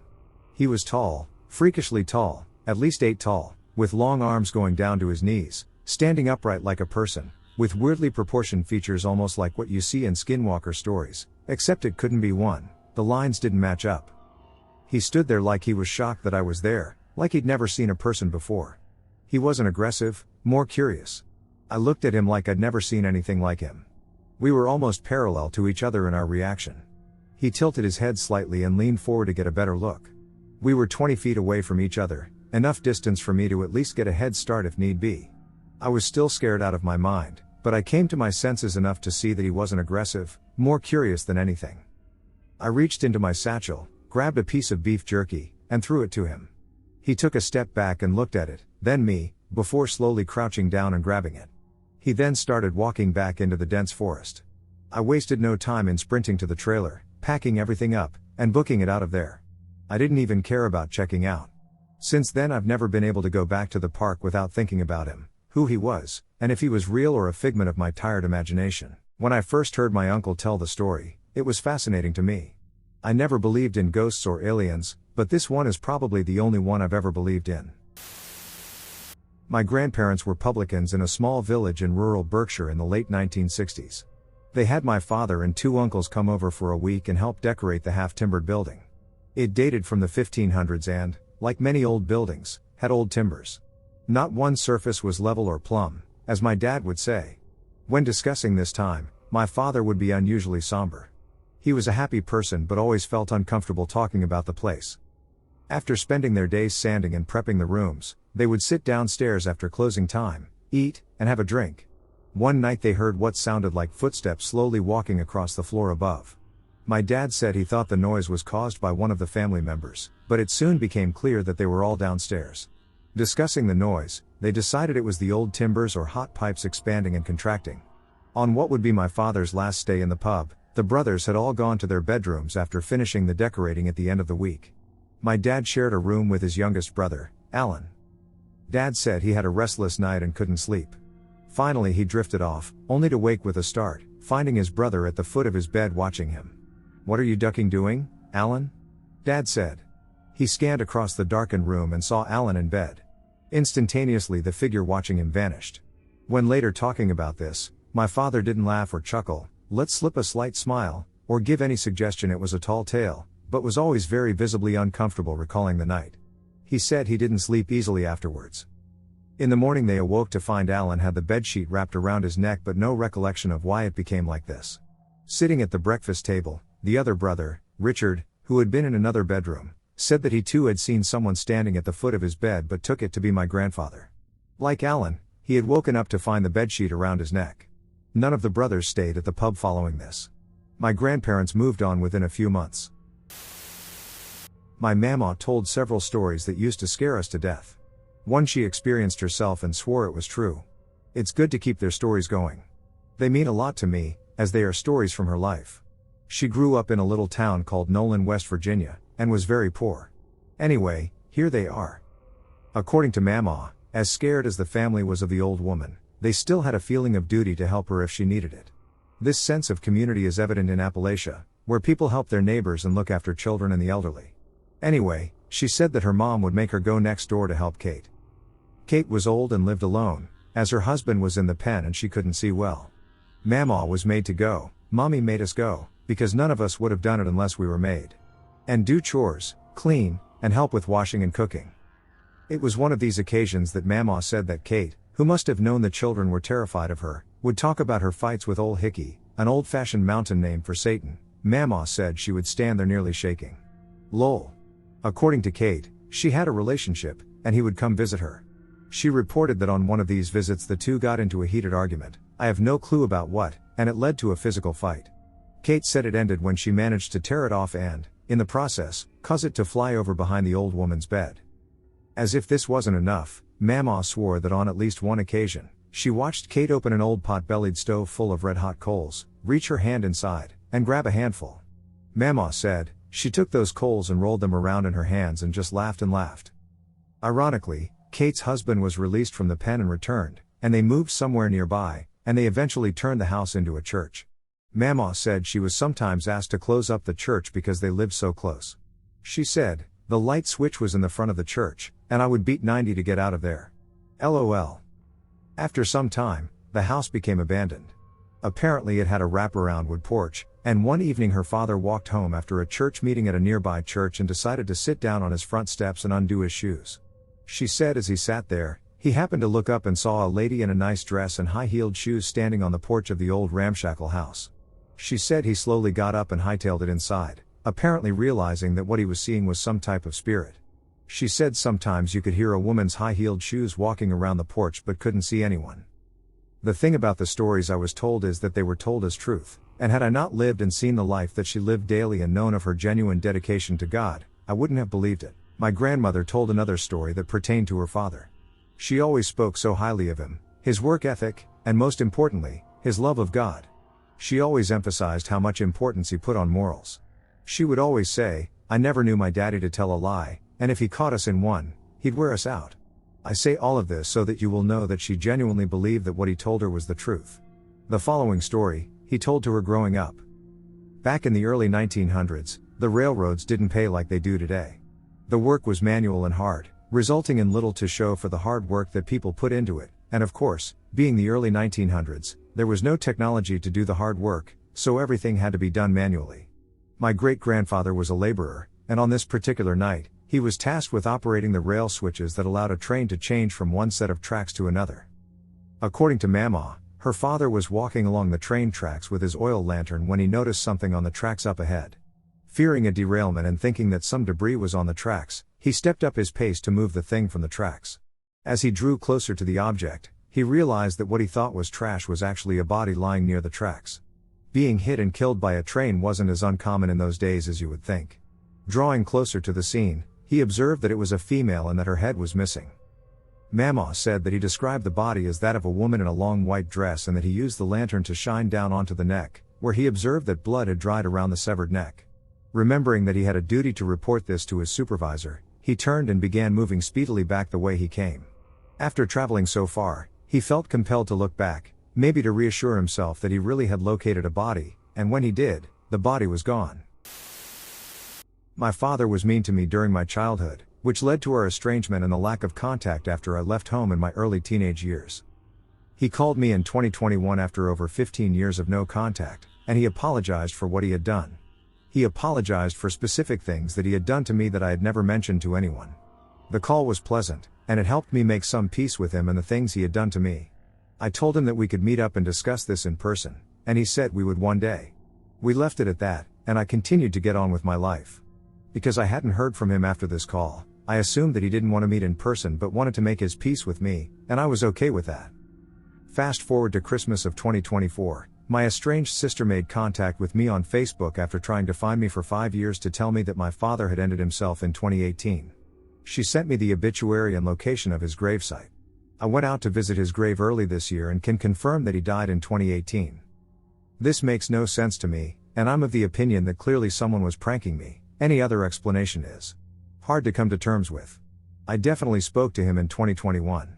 It was his voice. He was talking about things that he did that nobody else knows about. I'm still confused, but the way I cope is to not think about it. Either way, though, I actually feel at peace with him now. I needed that phone call. I can't explain it, and I don't think I'll ever be able to. I remembered something weird that happened when I was a kid. This was a couple years ago when I was around 10 or 11. I was in the living room. For context, the chair I was sitting in is located right next to the doorway into the living room. If you leave the living room through that doorway, you enter the hallway. In the hallway, if you turn one way, you will go into the kitchen where the basement door is located, and in the basement, there is a laundry room. But if you turn around, you can reach my mom's room. I don't remember exactly what I was doing. I was probably either watching something on TV or playing a game, but whatever it was, I was really focused on it. And that's when, literally right behind me in the doorway, I heard my mom say something along the lines of, "Hey, I'm going to go to the laundry." As I said, I was really focused on what I was doing, so I didn't look over, I just said okay without really ever losing my focus. I heard footsteps go towards the basement, and I thought that was that. Then a few minutes later I stopped what it was that I was doing. Again, my memory is bad, so I don't remember why very clearly, but I think I wanted to ask her a question. I got up and went to the basement. I looked down the steps, but the light down there was off. I was confused, but I just heard her go downstairs, so I called her name, to which there was no response. Even more confused, I turned on the light to the basement and went down into the laundry room just in case she didn't hear me, maybe, although that wouldn't make very much sense, but no one was down there. The whole basement was completely empty. I went back upstairs, and I went into the kitchen and called for my mom again. That's when I heard her respond from her bedroom. It turned out that my mom hadn't left her room for the past 20 minutes or so. I asked her about the laundry, and she told me that she didn't need to do the laundry and that she never went into the basement. Real ghostly event. My mom's third husband had a wonderful mother who adopted me as my new Nana when I was a college student who worked at the college as a lab aide. Nana was full of spirit, always happy, telling jokes, and loved oil painting. She also liked to be on time, so she had a large clock collection, of which I was given two when she passed. One was a wooden grandmother mantel clock that had to be wound with a key to keep time and to chime the hours. The other clock was an old-fashioned analog clock radio that was on her nightstand that she used regularly and was also next to her when she passed away at home. When I returned back home from the funeral, the grandmother clock was placed proudly upon the shelves in my living room, but the clock radio sat in a box in my bedroom, unused and unplugged. I already had a similar clock radio, so I debated donating it or keeping it as a spare to use in another room one day. About 3 weeks after Nana passed, I was woken up from a sound sleep at 3:13 a.m. by Nana's clock radio alarm that was still unplugged sitting in a box. Groggy, I wandered over to turn off the alarm, but it was in the off position, thinking it was a backup battery issue gone crazy. But the next morning at 3:13 a.m. the clock radio alarm went off and the radio started playing. I vowed to check those batteries when I got home from work that evening since I hated this alarm waking me up in the middle of the night. But when I got home from the college job, I was exhausted, so I forgot about checking the clock radio batteries. Sure enough, at 3:13 a.m., with me sound asleep, Nana's clock radio went off again, the radio playing loudly crackling static and what sounded like a bad walkie-talkie chat. I grabbed the box and moved it to the living room and put it on my couch to finally take care of the alarm going off when I got home from class since I would be home early because I didn't need to work that day. When I got home, I closely examined the clock radio, and lo, there was no battery compartment. My partner said it was probably a built-in rechargeable battery that had no access panel. Determined, I got my tools and opened up the bottom of the clock radio panel. There was no battery anywhere. Just diodes and soldered panels to make the clock function. I didn't see anything large enough to be a battery either, as back in those days, some built-in batteries were huge. I tried turning on the radio, but of course, nothing happened because it wasn't plugged in. I left the box with the disassembled clock radio in the living room, feeling disturbed and confused. Once again, at 3:13 a.m., the damned clock radio went off loudly, playing Nana's favorite oldies swing music. In my jammies, I ran into the living room, grabbed my car keys and the box with the clock radio, and put it in my car in the passenger seat. When I arrived at work, I took the box and radio with me to the lab, put a label on the box saying free haunted clock radio, and set it in the lab lunchroom. A coworker friend took it home to experiment and see if it was really haunted. The dang thing continued to do this annoying 3:13 a.m. wake-up alarm even after they removed all the parts from the clock radio. They told me they took it to a friend's bonfire and torched it. I was a young woman in 1995. I and my friends were returning to California from a fish show at Red Rocks in Colorado. We were hippies. My best friend had died in a car wreck a month before after leaving Grateful Dead shows in Las Vegas. I was heavily grieving the loss of him. We were driving through Nevada past the highway he died on, but about 50 miles away. I wanted to see the crash site, but my friends didn't want to drive to it, so I got out to hitchhike to the place my friend recently died. I had to walk the rest of the day because there were so few cars. I got very sunburned. The desert was still blooming from the freak storm that caused my friend to lose control of the van and looked beautiful. I walked as the sun set, and it got dark in the time before cell phones. I continued to walk as far down the highway as I could out of the sun at night. I eventually saw a cop car pulled over ahead of me with its lights on. I was walking towards it. There was a young man dancing and making strange movements right in front of the cop car in the red and blue flashing lights. The officer didn't seem to notice this man or care. Police didn't like hippies back then, so I walked way out in the desert by about 100 feet to avoid this whole scene. I could see the officer turn his lights off and pull away. When I returned to the road, I could see the strange man was still about 50 feet behind me. The officer was gone. This man looked similar to a photo I was carrying of the friend I had lost, but I knew it wasn't him, because my friend was no longer on this earth and wouldn't do a weird dance to try to scare me. The man followed me for miles, always about 50 feet away. I ran and thought I lost him, but then he'd suddenly show up about 50 feet next to me in the desert. So I walked into the desert in the opposite direction to see he was now standing in the middle of it on that side of the highway. This went on for hours.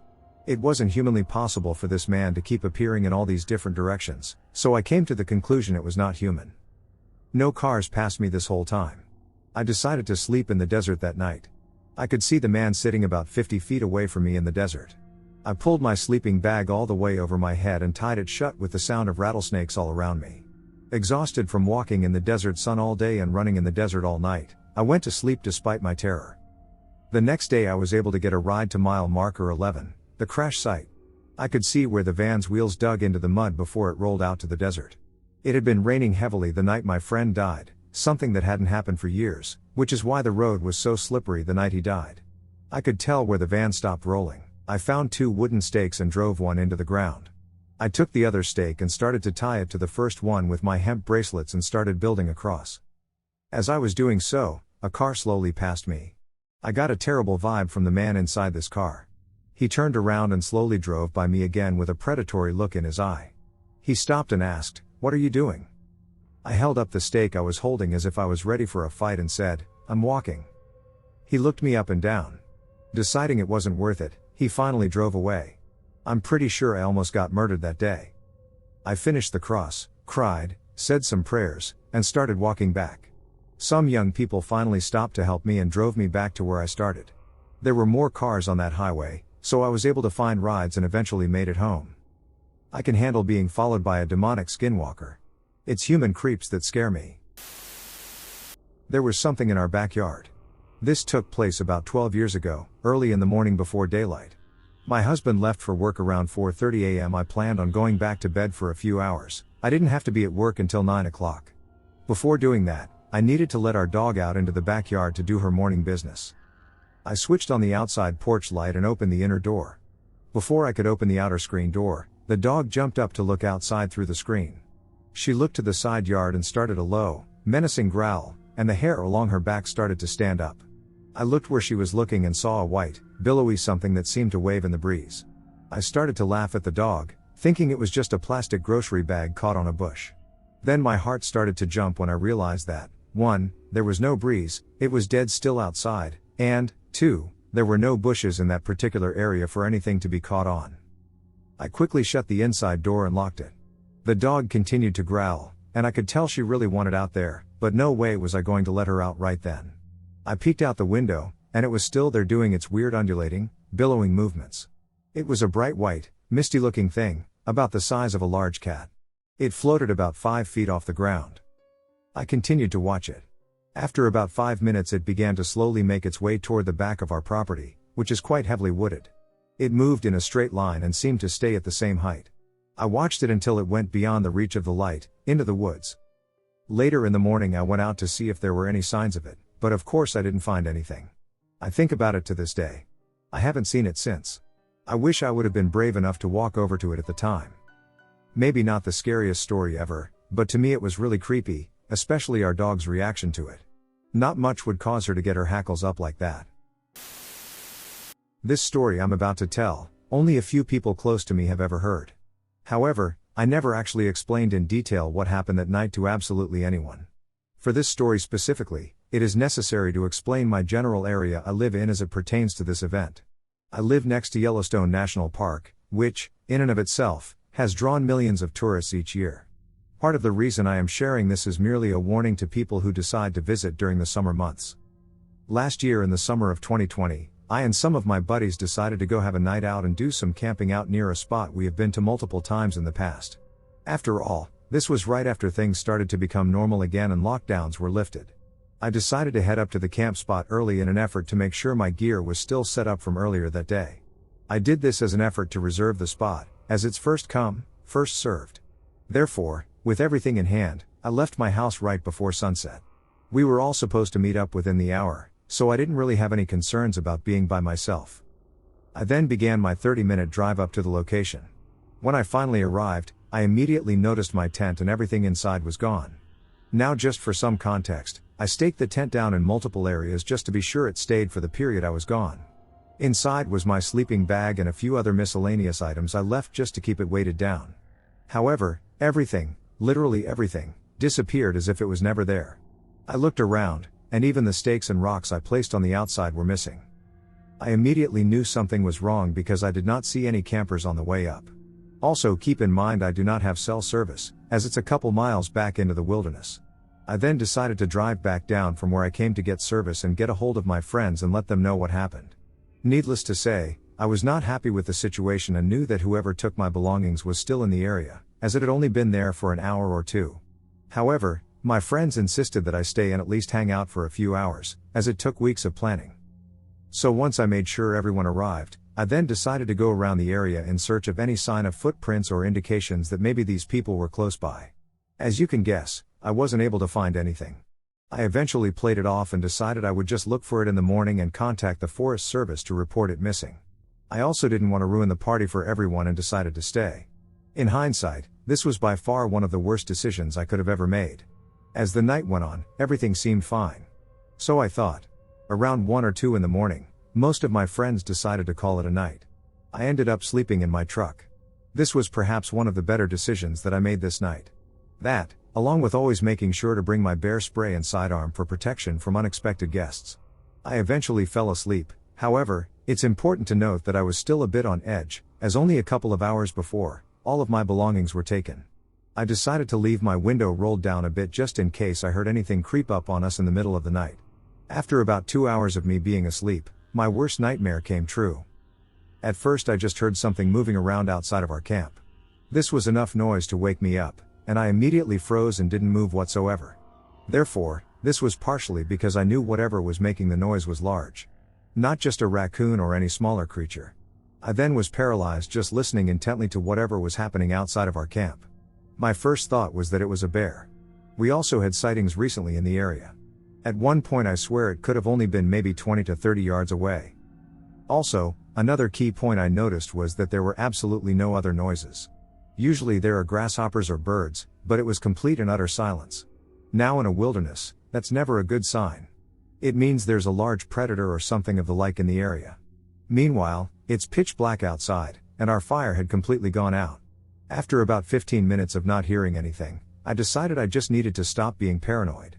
But just as I was about to fall back asleep, I saw something to the right of our campsite. It was just a few yards away from our fire pit and probably about 20 yards from me. To my absolute horror, it was a person. I immediately freaked. This was no average person either. Let alone the fact that it's 3 or 4 in the morning and you're in someone's campsite. This person was wearing what I made out to be some kind of mask. I got a very good look at whoever it was, and it was a deer skull on their face. They were wearing a black robe, and that's about all I noticed. I sure didn't want to leave my truck and confront this person, so I did what I thought was best. I turned my truck on and began honking the horn until all of my friends were awake. I rolled down the window and told them we need to get out of here immediately. After seeing what I saw then, I did exactly that. Meanwhile, this person hasn't moved, mind you. Just as I thought it was bad, the situation got even worse. More of these figures began appearing in front of us through the trees. Wearing the same outfits as mentioned earlier but with a multitude of different masks. I immediately put my truck into reverse and began speeding away. They began walking closer and closer, but luckily I was able to drive out of the spot in time. As I began to speed down the road out of there, 3 more of these figures appeared out from the side of my truck. This time with a dog and way more aggressive than the previous ones I saw. They began throwing rocks at my truck and chasing after me. At one point they were literally right next to my passenger window until I accelerated even more and eventually lost them. As I looked back in my mirror, I saw only one figure left. Just simply peeking and staring at me behind a tree. This image is forever seared into my head. From this night on I refused to ever go back up there. I've never, ever, spoken of the event to anyone. Even when I was around my friends that experienced this, we never mentioned it to each other. It's been over a year now since this happened, and well, all I can say is that I believe these people were in some sort of cult. I heard other stories about similar events happening and even cattle completely disappearing. It's very barbaric, and you wouldn't think that such a beautiful national park that attracts so many people year-round would have such dark and disturbing secrets. My advice to anyone that decides to travel to these mysterious and preserved parks of intrinsic beauty would be to always bring protection of some kind. Likewise, make sure you let others know about your plans and never go alone. There are hundreds of missing persons reports across the national parks inside the United States, and I could have very well been one of them if I had stayed just a few minutes longer. Nature has a way to attract very different types of people. Some want to explore and push themselves to their limits. Meanwhile, some simply don't want to be seen and lurk in the darkness of night. A former Green Beret once told me the key to survival was always being aware of your surroundings and listening to your instincts. If a particular situation doesn't feel right, chances are it's not. Stay safe, everyone. I live in Athens, Ohio. This was probably about a decade or so ago, in mid to late fall. I was walking my dogs around the loop that we usually walk them around, which begins and ends at the back of our property. I thought I'd have enough daylight to get home, but sunset is easy to miscalculate in fall, and it was fully dark by the time we got to the end of the loop. Now, at the end of this loop, there is a big hay field next to our property. I was walking the dogs down the hill, heading to the house, when I happened to glance over at the hay field. Over in the hay field, there were about 10 or 12 of what I initially thought were deer. But then they all started coming closer to me, and I noticed something was wrong. First off, normal deer will run away from a human, not approach them. Second, in the light from my phone flashlight, I saw that the eye shine on all of the deer was red. Deer eye shine should be white or pale yellow. It was then that I noticed that the deer just weren't right. Some of them had upside down antlers, some of their eyes were on the front of their heads instead of the side, and all of them were just plain moving wrong. And they were moving towards us. For a minute, I was just standing there going, what? In the actual duck, and not moving, because my brain was not accepting what it was seeing. It was then that my good old dog Buster, since passed on, he was the goodest boy, jumped up and started pulling on my coat sleeve, like, ma'am, we have to go. Now, that snapped me out of it, and the dogs and I took off running to the house, which was maybe 30 yards away at that point. Once we were in the safety of the porch light, I took a chance and looked back the way we'd come. The not deer had followed but were stopped about halfway down the hill, just at the edge of where the light from the house reached. I got the impression that for some reason they couldn't come into the light. So we raced inside and locked and bolted the doors. Now I'm sure a lot of you are thinking that this is rank BS, or that surely the deer just had CWD, all 10 of them? Over a decade ago? Or something. And there may be a rational explanation for what I saw, I don't know. I'm willing to hear out people's hypotheses for that. But all I know is that I saw something that was not right, and I'll be forever grateful that Buster was with us.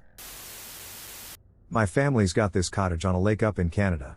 About 10 years ago or so, my brother and I spent all day playing Monopoly on the porch. It was getting late, the sun had gone down. It was a new moon, so there was absolutely no light except our lantern and the stars. He got up to go pee, and I sat there and looked at the tree line over the lake. You could just make it out over the stars. In all of about 10 seconds, a perfectly spherical light, that looked like it was about the size that the moon appears, came out from behind the trees across the lake and went straight up into the sky before it got too small to see anymore. My brother came running out from wherever he was and asked if I saw it too. The next morning we were talking about it with the rest of the family. Nobody else had seen it, but our mom asked if we were just messing with everyone and pointed to a news article from the 60s that was framed on the back of the door, talking about reports of the same thing. No one ever believes the story of the time a creature in the woods saved my life. My high school did this annual camping trip. We lived in the Greater Nevada mountains at the time, and we stayed in a place every year called Great Basin National Park. The part of the park that we had access to was rented out to tour groups, schools, weddings, etc. We were the only people out there. We were the sole group present during that period of the summer. This place had no religious symbolism, except for one, A 20-foot cross located some distance into the woods from the main cabin. It took us days to find it, and the camp counselors seemed a bit weirded out. I was a bit weirded out, to be honest. Who puts a giant cross in the middle of the woods? There were no pews, no lights, and no trail to insinuate anything was even there.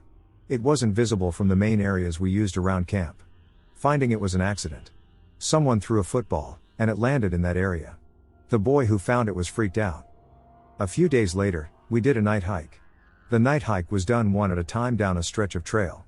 The counselors took us up the mountain and let our eyes adjust, and then, one by one, we would walk in the light of the moon down the trail to the other counselor with the group of kids who had already done the night hike. When it was my turn, I wasn't scared. It's important to know that while I was not fearless, I wasn't afraid of the dark, the woods, animals, or the hike. I could see clearly, and after spending many nights hiking around my house in the desert, I felt safe. The walk was fine at first. Quiet. Peaceful. And then I got this sense that it was not. I heard a branch crack a few feet ahead of me. It wasn't possible for there to be another student. I wasn't sent until the person who went before me joined the other group. Adrenaline spiked, and I instantly felt watched. Like when the sense of feeling watched is so crushing it makes your muscles tense. I got the sense that my reaction was crucial. I got the sense that it would kill me if I chose wrong. So I kept walking, and I pretended not to look at it. But I looked. What I saw was at least 6 feet tall, with the torso of a man. It was emaciated. I could see its ribs from across the trail. It was wrapped in a large black cloak, tattered around the edges, and its head was the skull of an elk. Its antlers, I remember, were scuffed up. Chunks of peach fuzz that grows on them were missing.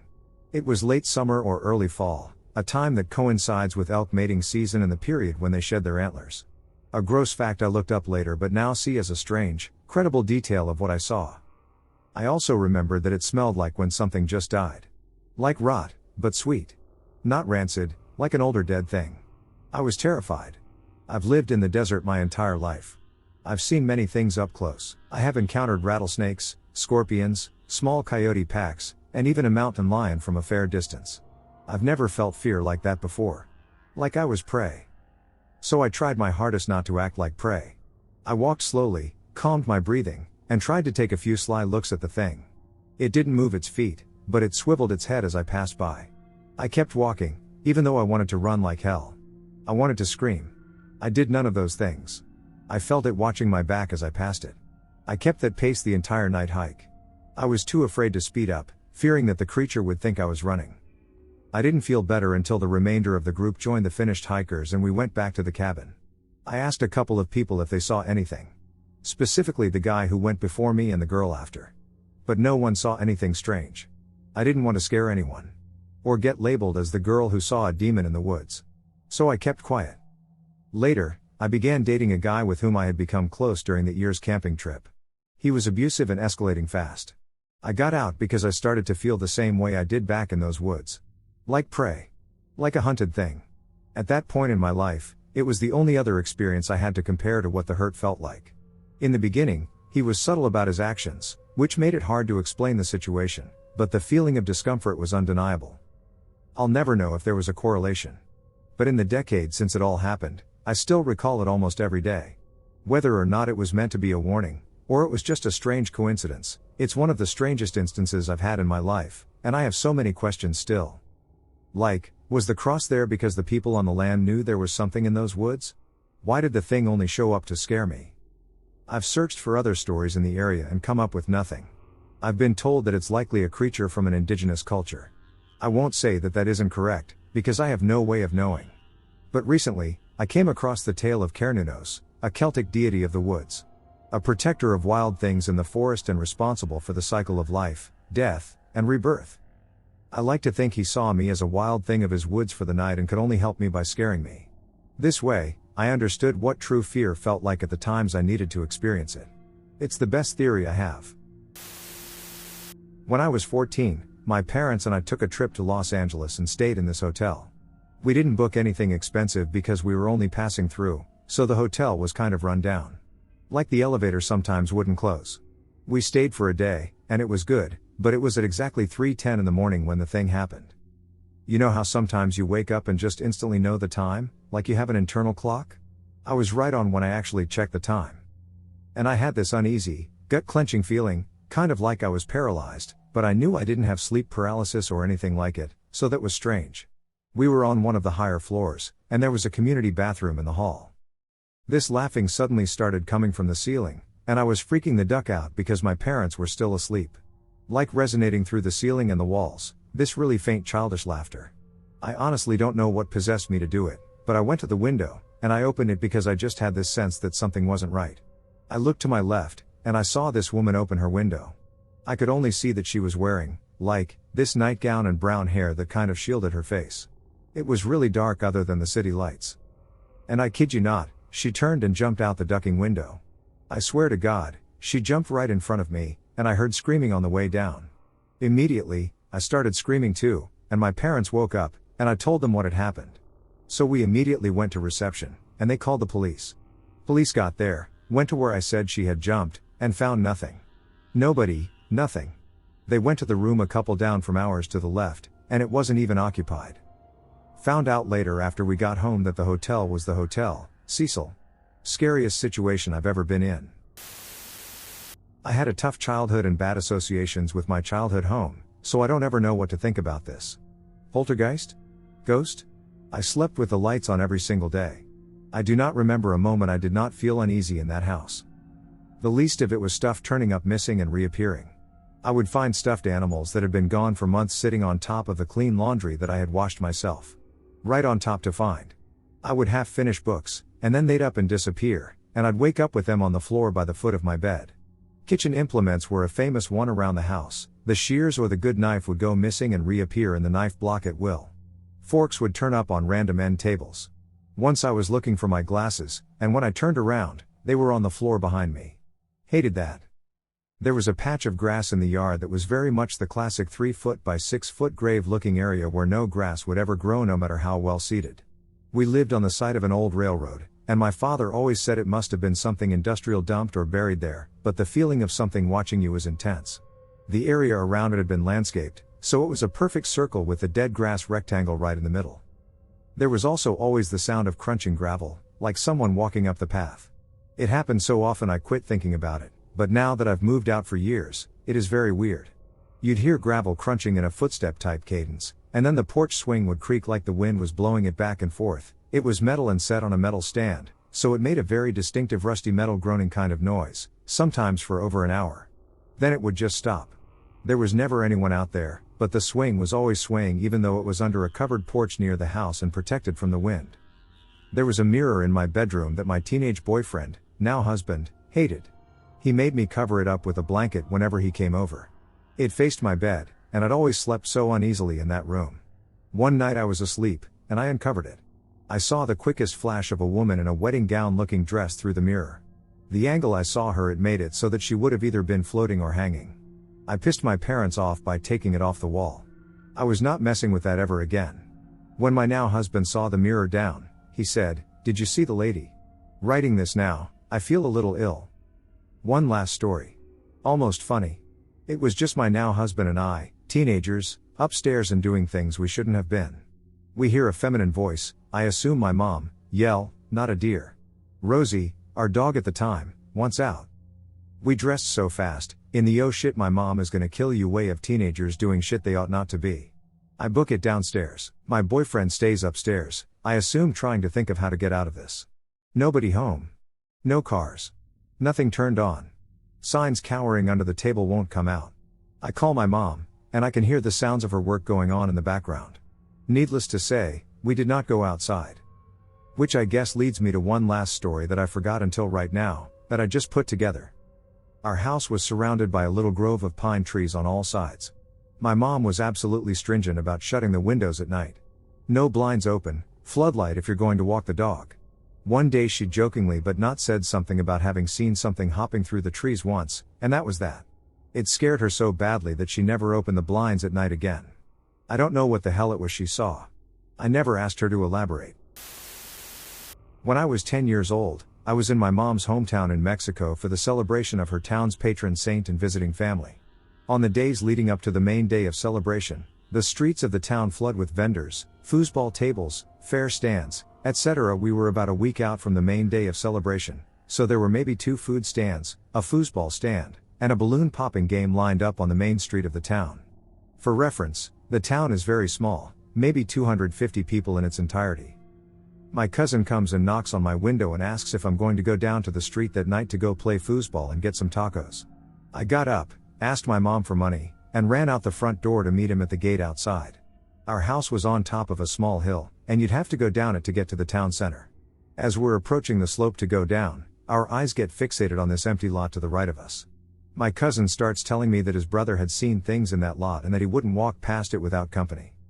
We make it down to the foosball table and play until they close. As we're leaving, we realize that the tacos are closed and we are left with just the corner store to get a snack and a drink. Next to this corner store there is a small gathering area with benches and a watering hole for horses or cows. In the center of the gathering place was this huge tree, maybe about 15 feet tall and like 5 feet wide.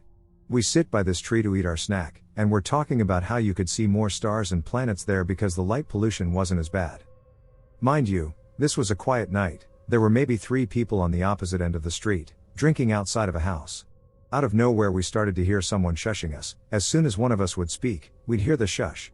It was as if the shush was right next to our ears.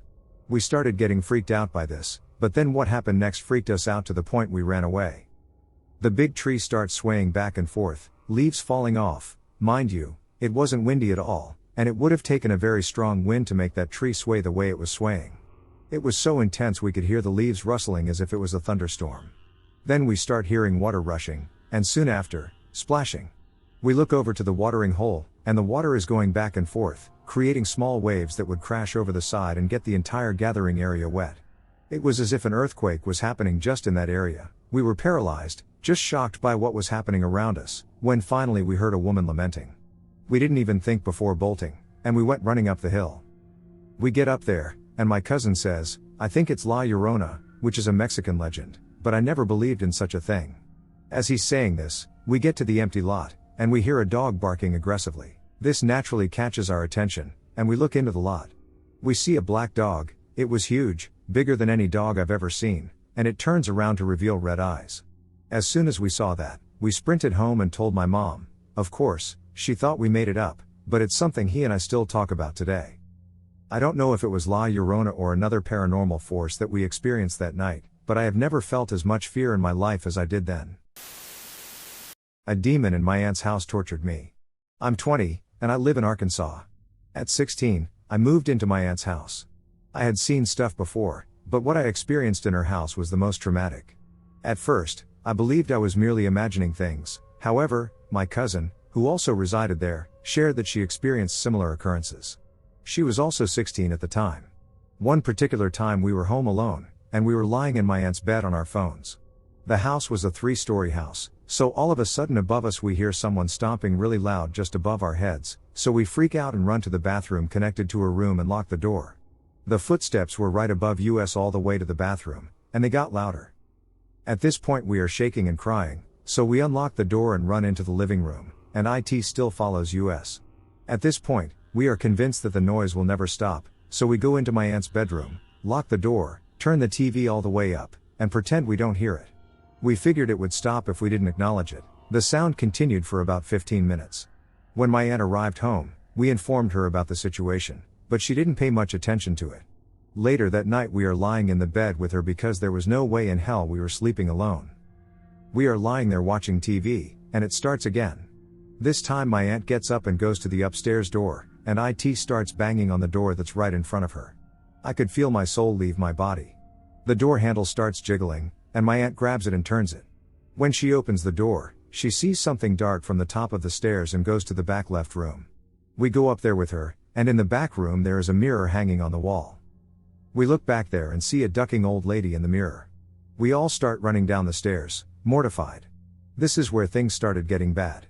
That following week I'm in the shower. I lived in the basement. It was just like a regular floor, though, had a living room, kitchen, and so on, and the lights start flickering.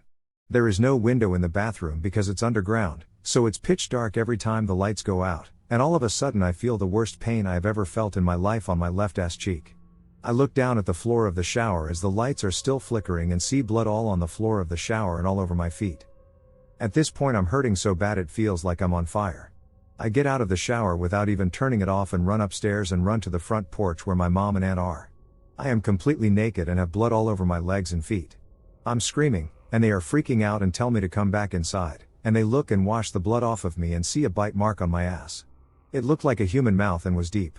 I still have the scar. This is when they decided to call the ducking Ghostbusters, actually just a ghost crew, but same thing. When the time came for them to come, they were supposed to set up cameras and stuff and stay up all night to see if they could see anything in our house. Halfway through, they came from the basement and told us that they were leaving and could not help us. We asked them what happened, and they told us that it was the scariest place they had ever been to. So we decided to get the house blessed, and this made it even worse. Things would knock on the walls at all hours of the night. We were having horrible night terrors. The stomping happened at all hours of the day and night. Things would get moved to places that didn't even make sense. Things would lock us in our rooms. We started seeing more and more things. We slept with lights on and took showers with the shower curtains open. It was horrific. Little disclaimer, I have no idea if this is paranormal, and maybe I've not spent enough time in the woods to know the perfectly reasonable explanation for this event. But the incident has haunted me for years. Just before COVID, my best friend and I found out we both had the same 3 days off from work right before her birthday. She hadn't made any plans, and very last minute we put together a quick 2-night camping trip in the San Bernardino mountain range, as it was close to us. Her roommate was able to make it but had to leave extra early on our last day, as she had work later that morning, so we drove separately. My friend and her roommate had recently both adopted puppies, and we were really excited to get them on a camping trip and take them swimming. When my friend and I camp, we usually do national parks. They're easy, outside of getting the campsite reservation, and well developed for us that enjoy the outdoors but aren't super experienced or specialized. There's typically a lot of information online on what to expect, and ultimately, they're just what we're familiar with. We were a little nervous to try and last minute grab a spot at this national forest, as we had no idea what to expect and could not find much info online for the campground we picked, and it was the middle of the summer. To our surprise, the campground was pretty much empty. We did a once around, and there were only 2 occupied spots well on the other side of the ground. Awesome. It was also very beautiful and had this incredible 3-mile loop trail connected to the campground. Felt like we hit the jackpot. We get there, set up, and go for the 3-mile hike. It was incredible, truly a little hidden gem we had never heard about. Settle in, have a few drinks, and call it a night. The next day we found a small river that had these great waist-deep pools of very calm flowing water where we took the puppies and taught them to swim, ate at a little town deli that was delicious, drove back to our site, and once again, lit the campfire and had a couple drinks. The roommate who had to leave early the next AM called it quits pretty early, maybe 8 p.m., and she took the exhausted puppies with her in the tent. They're all knocked out. My friend and I stay up until about midnight and then decide to pack what we can so we have less to worry about in the morning. Finally crawl into our sleeping bags around 1 a.m. I've got a roommate to my right, a friend to my left, and puppies all around. I tend to struggle with sleep, so I'm always the one up the latest, but honestly it was such an awesome couple of days and I was so stoked about it that I was just lying there, hands behind my head, staring up at the stars. When my friend and I go camping, we often leave off the rainfly so we can see the night sky, thinking about how much I loved this site and couldn't wait to come back. I had even been wanting to try camping solo, very intimidating for me as a woman, and thought the campground would be the perfect place to come back to try and conquer solo camping. I was stoked. I'm lying there thinking about this all for about half an hour when I suddenly notice something. Large and round, slowly and silently pushing in on the tent, high up, right above my head, almost at the seam where tent nylon and tent screen mesh meet. It pushes in far, slides down slowly about a foot, and lifts off slowly. I notice it and for a split second don't think anything of it. Then the realization hits me and I freeze. Now I'm waiting for someone? Something? To look down on me from the top of the tent. I'm fully anticipating eye contact while holding my breath and just listening. I couldn't hear a damn thing. I couldn't hear anything, not a leaf crunching, not dirt or gravel being kicked up, not sniffing or breathing, and no wind, nothing at all. It was a full moon, and there was plenty of light. No moving shadows. Completely ducking silent. Everything ran through my head. Bear? I should have heard it sniffing around at the very least, right? Mountain lion? My tent is 6 feet tall. For it to be pushing in that high up, it would have to be on its hind legs, which isn't out of the realm of possibility, and they're notoriously silent, person? Truly my worst fear in the situation. 3 early 20s women in a tent in the middle of the night. Maybe they're just looking for the restroom, but we're so far from one. And I couldn't hear anything. I would hear them walking. I know I would. A shadow at the very least. Small squirrel falling from a tree? We're not under any, and it moved too slowly and too deliberately. General foliage that could be touching our tent? We're nowhere near a bush. I really tried to rack my brain. More than half an hour passes, and I'm nowhere near sleep but have somewhat rationalized that event as a strange one-off with a perfectly reasonable explanation outside of my lived experience. But adrenaline is still kicking off strongly. Then it happens again. This time it's directly in front of me. And instead of up to down, it is now moving from left to right. Large and roundish, at least 5 inches, pushed into our tent, and moving so. Ducking. Slowly. I'm kicking the dogs. Wake up. Bark. But they're just puppies. 6 months old. And so tired from their big exciting day swimming in a creek. This thing, within minutes, is back but now to my left. And this time it moved a lot faster. Left to right. Still no sounds. I start shaking my friend violently, saying very loudly, "Get up, there's someone outside of our tent. You need to get up." She mumbles something along the lines of "there's nothing out there," not even opening her eyes. I tell her, "No really, this is the 3rd time it's touched our tent in an hour." She rolls over and tells me to go to sleep. I don't. I always sleep with my hatchet just in case. Boy, did I wish I owned a gun right then. At this point I unsheath it and put it on my chest. But I didn't sleep that night at all. Not until the sun rose. Managed to get a couple hours of sleep before my friend wakes me up to get packing. I don't say anything until we're well on our way home, and she doesn't bring it up. Maybe she didn't remember me trying to wake her up. I finally say something, and she says, "Oh. Weird. That happened the first night too. It woke me up about 3 a.m. What the duck? Why didn't you mention that to me yesterday? I didn't want to freak you out. Holy shit." After that I spent literal weeks online trying to find videos of animals outside of tents, listening and watching to find anything remotely familiar. I couldn't. Found forums of hunters and outdoorsmen and couldn't find any description that matched what I had experienced. Tried asking people I knew who spend a lot of time outdoors if they had heard or seen anything like it. They hadn't.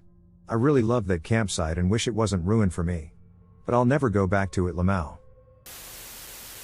My family members and I are pretty sensitive. Many of the things we've seen and experienced are beyond explanation. I've had a handful of freaky experiences. Of all of them, I think this one stands out the most to me. Thinking about it causes me to physically start tearing up, even when I'm feeling great. It's just something about the feeling it left within me has never gone away. All 3 main stories have similar elements, though. I'd if they're connected, but they all have left that lingering feeling of deep-set fear. I was road tripping with my bio dad across the lower southern states down to Florida. It was a multi-day trip, visiting family members along the way from a few different states. I was 12, soon to be 13. One night we were driving through the middle of nowhere in Alabama. Full moon, cornfields as far as the eye could see. I grew up on a farm, so this wasn't an unusual sight for me and didn't make me uneasy at all. I started getting tired and started drifting to sleep. When I noticed my dad was getting tired too, I suggested he pull over and park so he could rest because I didn't want to get in a wreck if he fell asleep at the wheel. He argued about it and insisted he was fine but eventually agreed and pulled over. We both fell asleep. His car was older, the locks had to be pushed manually from the inside. I woke up pretty groggy. In front of me I saw the road with deep irrigation ditches and then tall cornfields lining either side of it. The moon was almost centered in the middle. It had a soft glow bouncing off the pavement and car hood and tops of the cornstalks. Because there wasn't much of a shoulder, the car was slightly on the edge of the ditch, which made it tilt to the right, so my body was leaning against the door of the car. At first I was just letting my eyes adjust. I'd taken my glasses off, and I am nearsighted, so I couldn't see much detail. I was hurting a bit from how my body was positioned in the seat, so I turned my body to the left, facing my dad, who was leaning back in the seat and snoring, with my back to the window, leaning against it because it felt most comfortable with the tilt of the car leaning towards the ditch. I closed my eyes to go back to sleep, but after about a minute, I started to get this incredibly uneasy feeling. I felt like I was being watched. I knew it was behind me. And I tried to ignore it, but I couldn't shake the feeling. So I sat up and decided to turn my body enough to look over my shoulder. There was a face smiling at me. The most unnerving grin I've ever seen, almost Cheshire cat wide. He was bald and black. The only relevance here is because it happened at night. His figure was barely visible, and the moon was reflecting the white of his eyes and teeth. The contrast from his skin made them look like they were glowing. I froze. I stopped breathing. I tried but couldn't physically get myself to breathe, and I couldn't scream. We stared at each other. It felt like it lasted ages, but I'm sure in reality it wasn't anywhere near as long as it felt. He was standing in the ditch. If you've never seen irrigation ditches, they are pretty deep. It was the dry season, so the ditches didn't have any water. Because of the angle of the car, his head was perfectly eye level with the center of my window. He held that wide smile the whole time. His eyes moved around as he looked me up and down and glanced past me to my sleeping dad over my shoulder.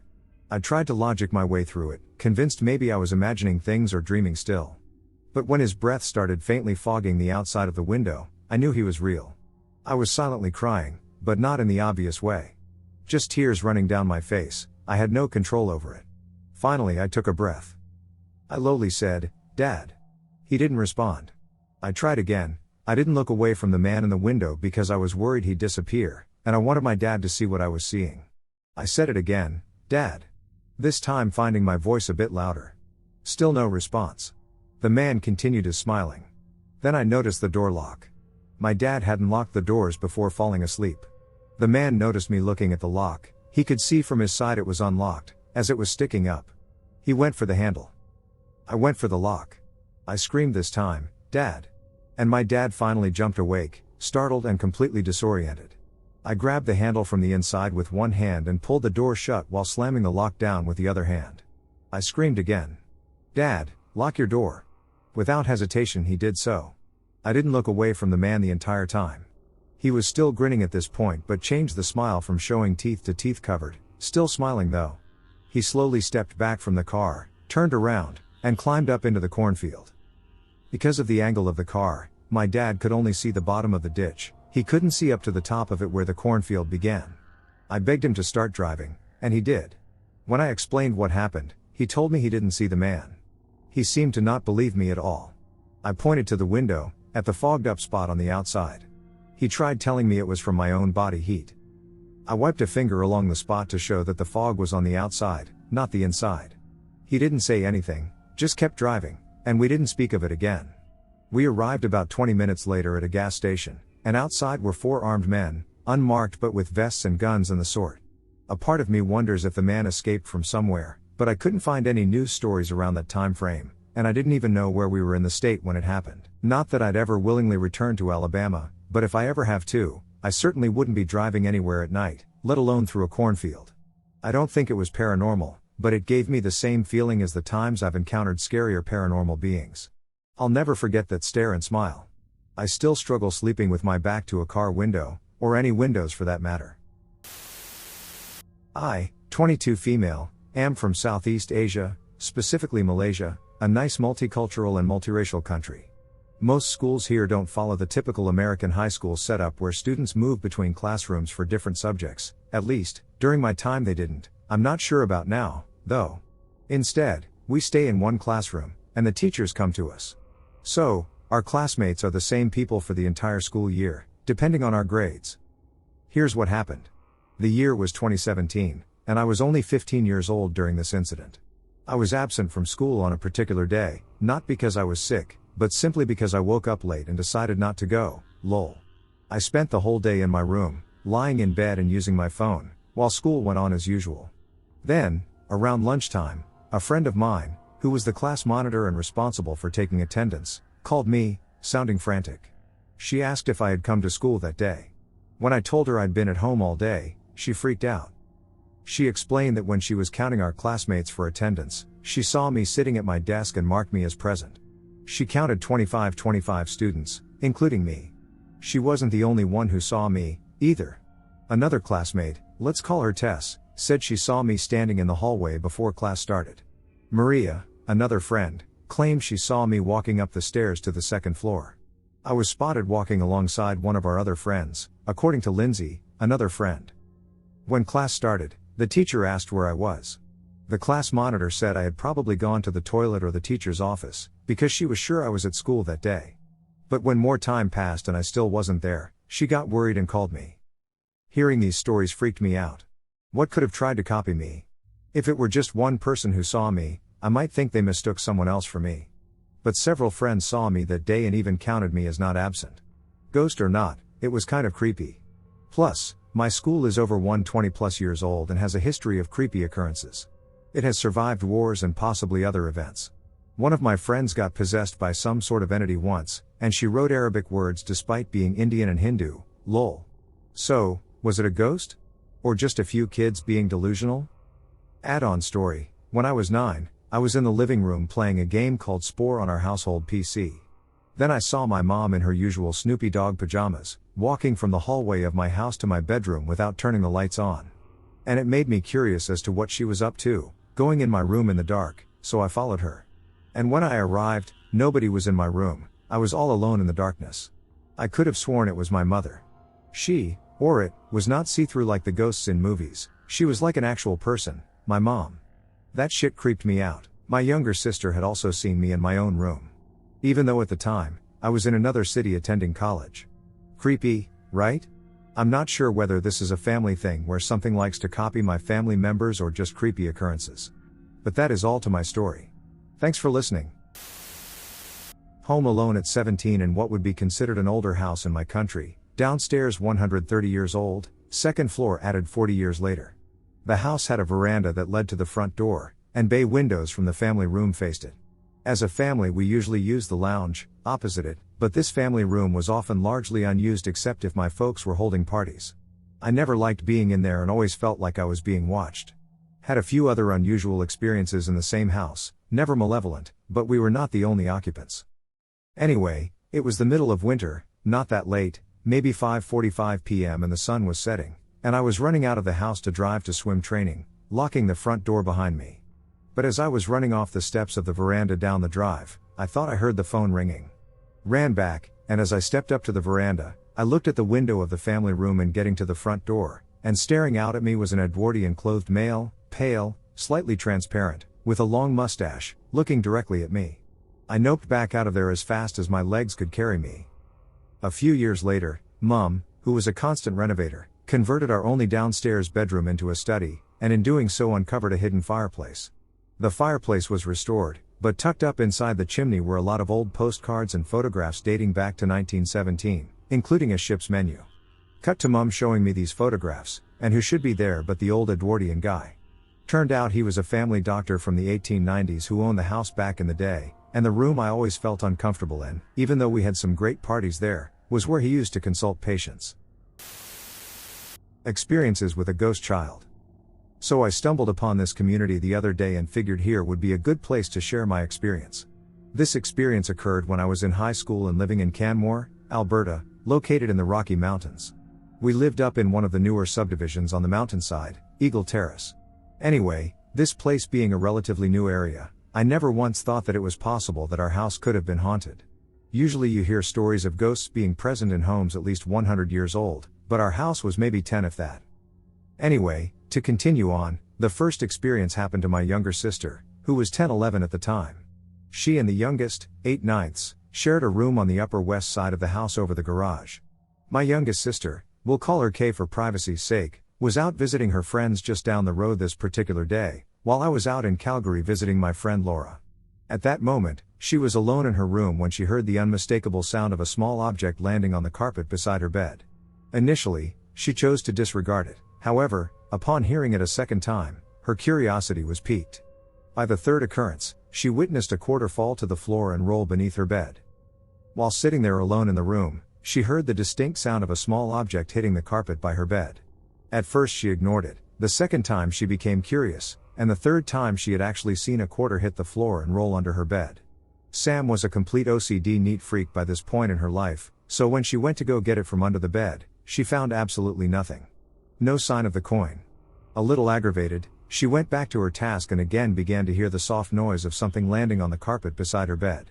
This time when she looked down, she saw a tennis ball much like the one that belonged to our littlest dog, Mickey, roll beneath her bed. She yelled at the top of her lungs for my sister Kay to stop being disruptive and went to go retrieve the ball from under the bed. Just as my mother called back out to her that Kay was not home, Sam found that there was no tennis ball under her bed. There was absolutely nothing. She ran screaming from the room and wouldn't return until Kay came home. The next two memorable encounters had actually happened to me.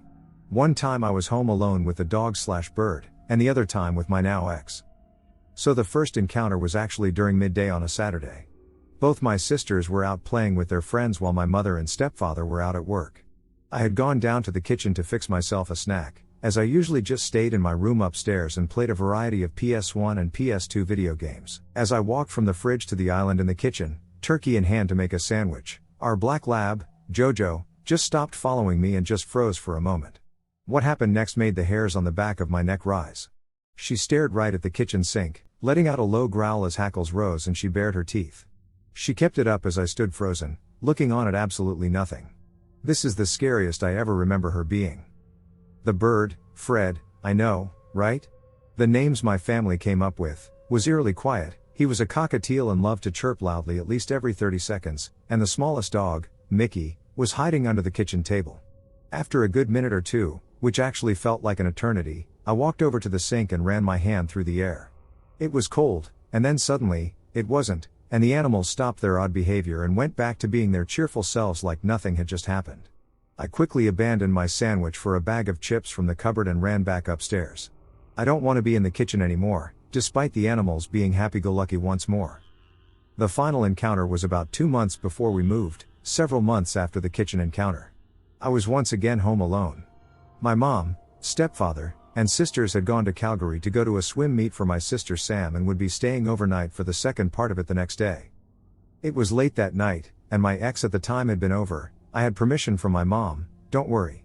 We were sitting on the couch, watching TV and dozing as it was going on 1 a.m. when my ex jolted and jostled me awake. I hadn't noticed at this point that Fred had been deadly quiet the whole time, but I did notice the small dog Mickey shivering next to me on the couch. Jojo remained oblivious by my feet, so maybe that's why we both dismissed the fact that my ex had said he saw a face peeking around the corner from the kitchen into the living room. We attributed it to the exhaustion, and he opted to head home. As I began walking him to the door, we rounded the corner out into the kitchen, which led to an open area with the front door and a flight of stairs going up. As I looked up, I froze. On the first landing on the stairs, stood a little girl. She had long brown curly hair, pale skin, and no shoes and was wearing a white dress. She had no eyes, from what I could tell, and this is when I knew what I was seeing was real because Jojo stopped dead again and was staring with me. I looked to my ex and blinked a few times, and the little girl was gone. My ex still had to go home that night. But I flicked on every light, dragged both dogs upstairs with me, and fell asleep with all the TVs on and the house lit up bright. When I told my mother about the final experience, she told me about my sister's experience, which I shared, and told me it was probably just a playful and curious little girl, as it never really did much else than pester my younger sister with an array of invisible toys. I've since tried to do research on the area. Even though Canmore is a very, very, very old mining town, the area where I had been living was all mountain/forest with very little backstory up until the 10 years previous, so unfortunately I couldn't find all that much aside from the typical ghost stories from around the town. All I know is despite the ghost being friendly, I never really did feel threatened or malicious intent while living at this house. It was still the creepiest thing I've seen to see a little girl in a white dress standing on my landing. Is that black shadow my grandma? I'm from a small beachside town called Oxnard. I, my mother, and my 3 siblings moved across town, about 7 years ago, to a neighborhood I had never been to before and into Section 8 apartments.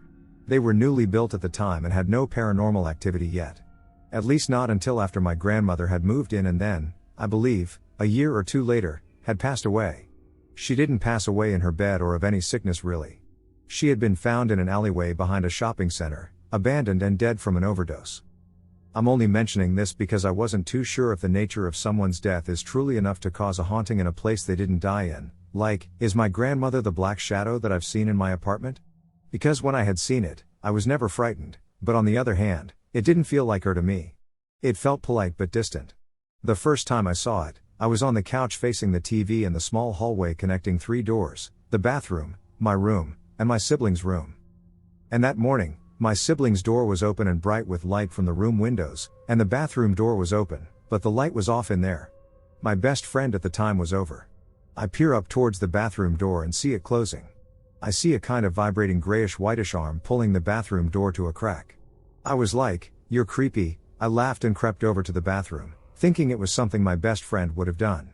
When I finally reached the bathroom door, I pulled it open with a ha. And nothing, man. Nothing. The bathroom was dark and empty, like no one had been in there at all. I back up, turned my head toward my room, and opened the door to find my best friend sitting on my bed and scrolling on her phone. I know my story's not that spooky. Haha, I apologize, but I have a few more stories of the Black Shadow and some family ghost stories that I'd love to share. I'd really like to know what this thing is, honestly. Additionally, other people have reported seeing strange occurrences in their homes. For instance, one person captured a bizarre long-nosed face on camera in their closet. The manager told me that one, and he also said that there used to be shacks here where people used to practice black magic or something. Anyway, thanks for listening. Roughly 10 to 12 years ago I was driving home from work around 9:30 p.m. At that time, where I lived was at the top of a national park. You have to drive down a fairly steep hill into a valley and back up the hill to get where I needed to be. I looked left, there were no other cars, just as I was about to start back up the hill. I saw what I thought was a dog running toward my car, so I stopped. Obviously I didn't want to hit a dog. As it ran toward my car, I realized it was huge. For context, I had 2 St. Bernard dogs at one time that were pretty darn big. My male was 160 pounds. This thing made them look like puppies. I didn't see its face clearly, but it ran at my car and jumped over my hood. It almost entirely covered my windshield. I saw the texture of its fur as it jumped past. It leapt over the car, ran across the street, jumped the guardrail, and then continued into the park. I'm super familiar with deer. This was not too small. My gut tells me it was a wolf, but there were no wolves supposedly living in the area. Certainly not a coyote either, as it was too small and I'm familiar with them. There are tons in the area. Not a single person I've told believes me. Not my husband, my mom, or my best friend, no one. I know what I saw. I know it was some sort of canine. My immediate thought when I saw it and stopped was, oh shit, I'm going to hit a dog, and I stopped. To this day, I still have no idea what it was and have never seen anything like it again. My creepiest and scariest ghost story for me happened about a year ago. It really was more of a possession than a ghost story. I was helping another nurse with a patient that had lived a very hard life.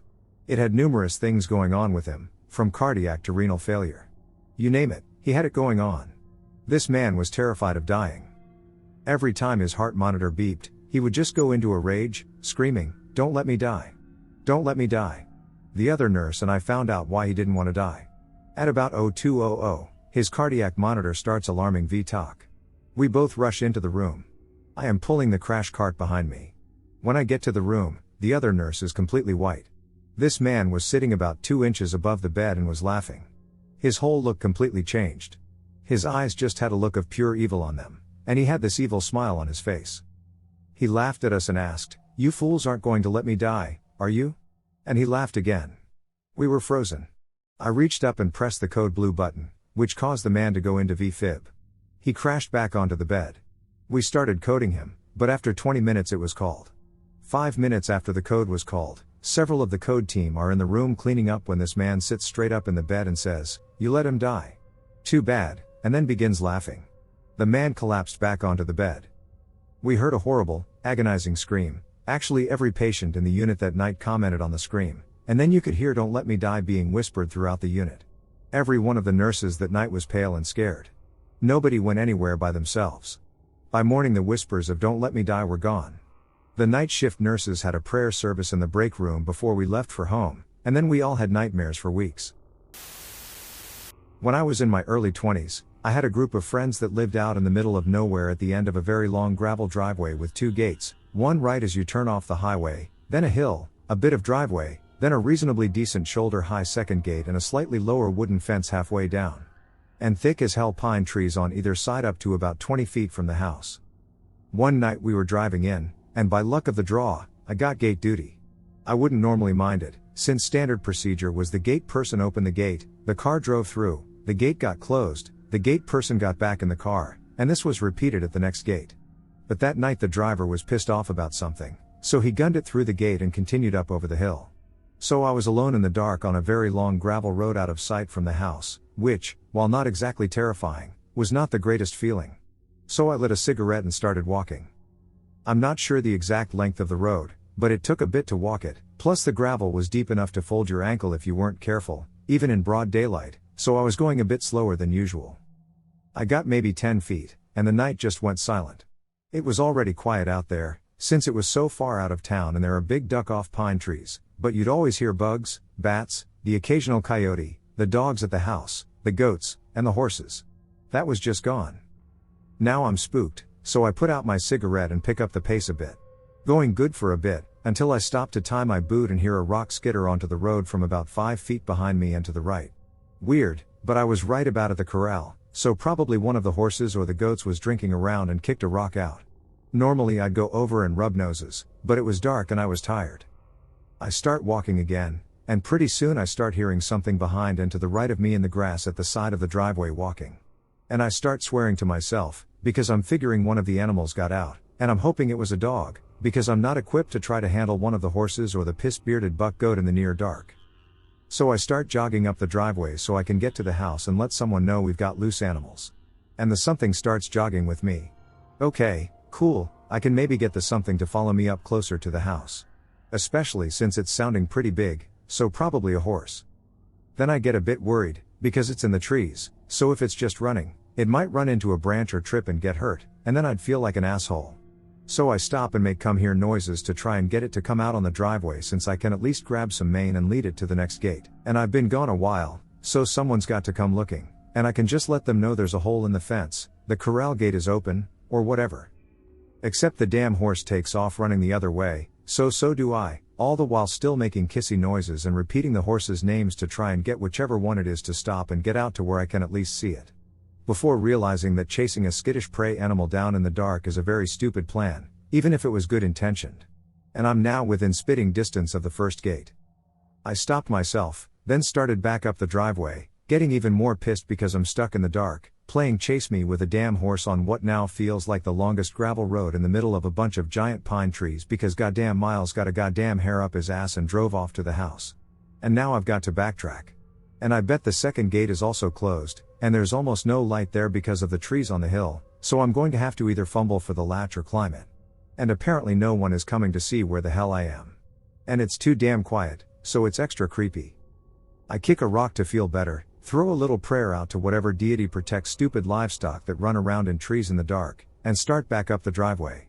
I get right about where I was when this all kicked off and start hearing heavy footsteps half on and half off the gravel some bit behind me, so at least the horse is out of the trees and on the driveway. I turn around and see a big thing plodding around the first gate. Cool. As I'm walking though, I start feeling like something isn't right. I turned my head, and yep, the big shape was still at the first gate, but now it was a bit closer and further out on the driveway and into the moonlight, and I was really confused. It's skinnier in parts than a horse would normally be. And longer. And when has just one of their horses gotten loose? If one goes, they all go. Just as my brain decides that's not one of their horses, its head pops up, and it's pretty clear that neck is definitely too long and thin, and so is its head. And I've seen deer and horse eye shine. And that isn't regular deer or horse eye shine. And now it's starting to come up the driveway. I've got some good distance on it though, so I start jogging back up the driveway. Glancing back every now and then to see this thing trotting along behind me, almost like a horse, but again, very much not quite. Part of me still swore it was just a horse, just one that was sick, which was why it looked and acted so weird.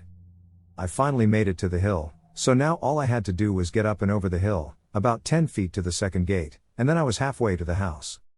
Up and over went fine, got to the second gate, and yep, it was closed, and the latch was goddamn finicky. I turned my head and checked where the something was.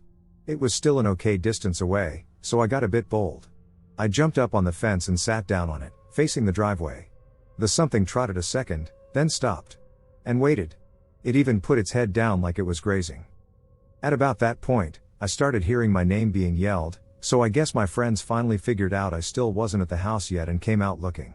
The something's head snapped up, then it took off running up over the hill, taking the silence with it. My friends found me at the fence and walked them through the night, but they swore all horses were present and accounted for in the barn, none were out that night. And the nearest neighbor had sold all his because he was selling his farm after his wife died and he didn't want to stay there. Besides, there wasn't any way that a stray horse could have gotten past any of the property fencing. Especially if it was as sick as it sounded. I finally told them I didn't think it was a horse, but they just kind of laughed at me and asked if I'd been munching on the mushrooms in the pasture. To humor me, we all walked the fence lines, and yeah, nothing was broken, and no gates were left open. Still not sure what it was, probably never will be, and I wasn't terrified at all, but I did make good goddamn sure I sat in the middle back seat from that night out, just in case. I have seen a few strange things in my life, although what is considered scary can be subjective. My first several stories all, interestingly, took place in and around the same house I lived in for only 2 years when I was a teenager in South Carolina. The first story actually scared me because of what I couldn't see. 1. I was a teenager living in an old 60s/70s style home, complete with wood paneling and shag carpet.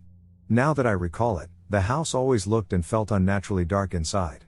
Nobody ever believed me about this first story because of what I was doing just before it started. I had been listening to scary stories here. I know. But the thing is, I was always doing that, lifelong fan of horror/paranormal, and never had anything like this happen before or since. One night, while I was lying in bed listening to the scary stories I always enjoyed, I suddenly felt something drawing my gaze from inside my closet. The closet was closed, but there was a slight crack between the door and the doorframe that I could somewhat see into. It's difficult to describe, but I felt a presence staring at me from inside the closet through this crack. I was paralyzed with fear for several moments. Before long, I had decided to rush out of the room as soon as I had the courage. To leave the room, I had to walk right next to my closet, which is where the door was located. As I finally made for the door, I felt an overwhelming and otherworldly sense of dread growing stronger the closer I got to the closet. The very second I exited the room, the dread disappeared as if it were a blanket I had just thrown off. Only my heart continued to race as everything returned to normal. I went to my mom and told her what happened, but of course, since I had just been into scary stories, she didn't completely believe me. I sometimes wonder if there was an entity in my closet, or if it had been standing outside of the closet and I had actually walked through it on my way out. Either way, I've never felt such a powerful sense of dread in my life as I did from whatever had drawn my gaze that night.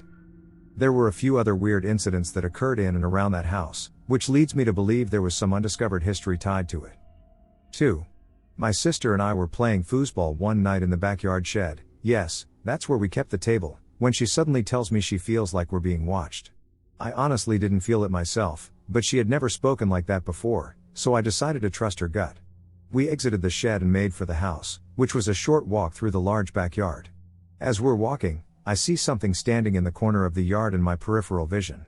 I thought my eyes were playing tricks on me at first, but as I turned to look at whatever it was, it turned out my eyes were just fine.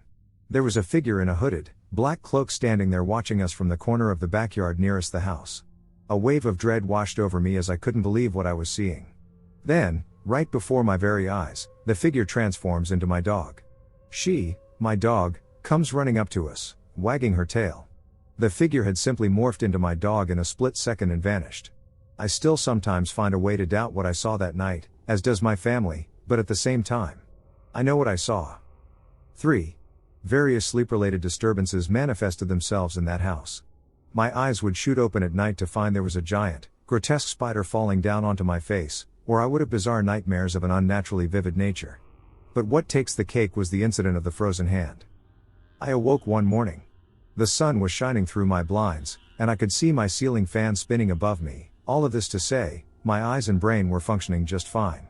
I looked down at my body while trying to stretch my arms, just as I always do when I wake up. My left arm was stretching perfectly fine, moving as intended. My right arm, however, was not moving. I had to do a double take to make sure I was seeing it right, which I was. I'm undoubtedly moving my arm. I can feel the disturbed air through my fingers as I wave my hand around. I can feel the muscles in my arm flexing. The weird thing was, my right arm was still lying limp and motionless on my bed. I'm staring at it, and it's not moving at all. It felt surreal to know I was moving my arm, only to watch as it lay unmoving before my very eyes. I hope my description isn't too confusing here. I decide to do that thing where you scrunch your eyes closed, hard, and hope things are normal when you open them. This worked like a charm because, when I opened my eyes, my right arm was visually moving. Phew. That was weird. I'd never experienced anything like that before or since. Again, people just shrugged that story off. 4. This took place near my house as my mom and I were walking the dog around our neighborhood. We'd only gone a couple of blocks up when, to our astonishment, a woman was standing in her front yard. What was weird about this, you ask? Well, it was the middle of summer during the heat of the day, and she was wearing a full-body, hooded, black cloak. Now that I think about it, she looked exactly like the figure I saw standing in my yard that one night. She had her arms outstretched toward the sun as she stood with her back to us, motionless. She was like a statue. It took a few minutes to make it down the road past her, and during those few minutes she never moved a muscle. As a matter of fact, after we'd walked a couple of miles and made our way back, she was still standing there in that exact position, arms outstretched toward the sun in her black cloak. We were creeped out. We told my dad, and he didn't believe us at first. That is, until he drove past her house one day and saw her sitting on her porch, wearing a witch's outfit, a stereotypical pointy hat, and everything. The following stories took place away from the aforementioned house. 5. The current thing nobody believes me about is 2 UFO sightings I've had in the last few months. I was lying in bed playing Elden Ring on my PS5. I'd just gotten to Stormvale Castle and decided to rest at a site of grace when something caught my eye. Through the closed blinds of my north-facing window, a bright orange light shone through. I instinctively realized something about the light was off, as it was way too close to my window to be any of the usual aircraft and was also solid/unblinking. I sprang out of my bed with the speed of a gazelle and raced to open the blinds in hopes of seeing whatever was producing that light. To my amazement, an ovoid/football-shaped craft was silently gliding over my neighborhood. The craft was probably 40 to 50 feet off the ground and about the same distance away from me at its closest. It was about the size of a Volkswagen Beetle and moving rather slowly from east to west, a movement I can only describe as gliding. On its two ends were circular, red lights that pulsated, not blinked, very slowly at regular intervals. These red lights would slowly dim and then rise back up to full brightness, each cycle taking around 7 seconds. On the underside was the solid orange light I'd seen, just 3 lights in total. Even at its closest I couldn't hear a sound, only silence. No wings, no propellers. I watched it move further down the neighborhood as it cleared the roof of a house to my left. It then performed a very controlled S-curve and glided down toward the next town with the same, slow grace. It appeared to be steering with its nose, one of the ends of the football. I tracked it until it disappeared over the horizon. From a distance, it resembled every other plane on the horizon that had a red light. The whole experience lasted a minute and left me with an eerie feeling. The next sighting took place while camping just 2 weeks ago.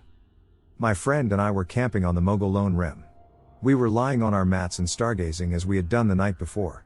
We were having fun shooting the shit and watching planes and satellites move overhead.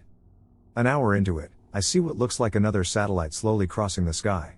It was a somewhat large, off-white/yellowish ball going in a perfectly straight line. I'm tracking it with my eyes the whole way, and as it gets halfway across the sky, it suddenly shoots up into space at a 75-degree angle like a bullet out of a gun. It was absolutely instantaneous. A trail of light was left behind, similar to when you drag your mouse cursor across the screen quickly and you can see a trail of faint cursors following it as they catch up. I looked at my friend and said, "Holy crap, did you see that?" He said he only saw part of the trail it left behind. I was standing up and jumping around, excited to have seen something so amazing. The family camped next to us probably thought I was nuts. My family did too when I told them about both of my sightings. 6. There was a cursed/haunted object at Goodwill that nobody believes me about.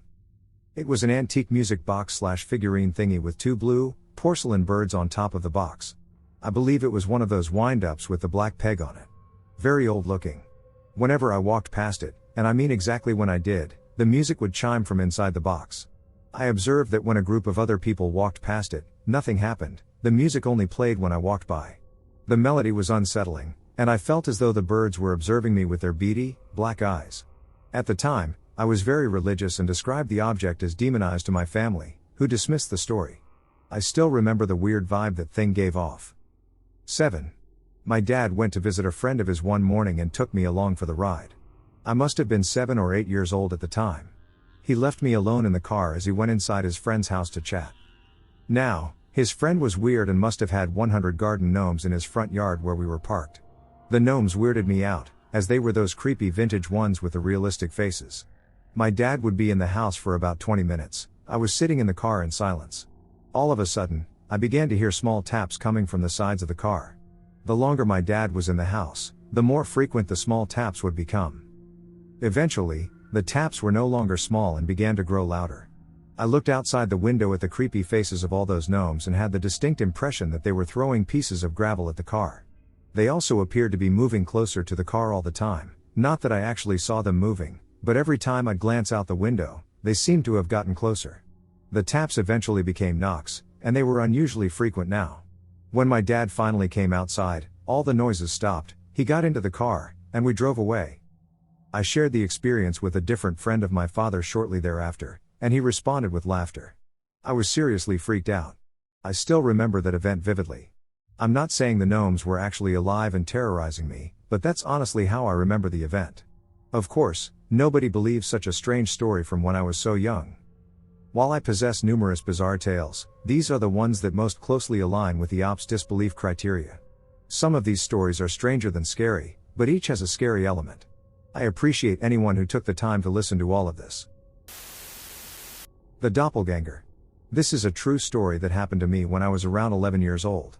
While this isn't the most terrifying ghost encounter I've experienced, it's the first time I've personally witnessed an apparition.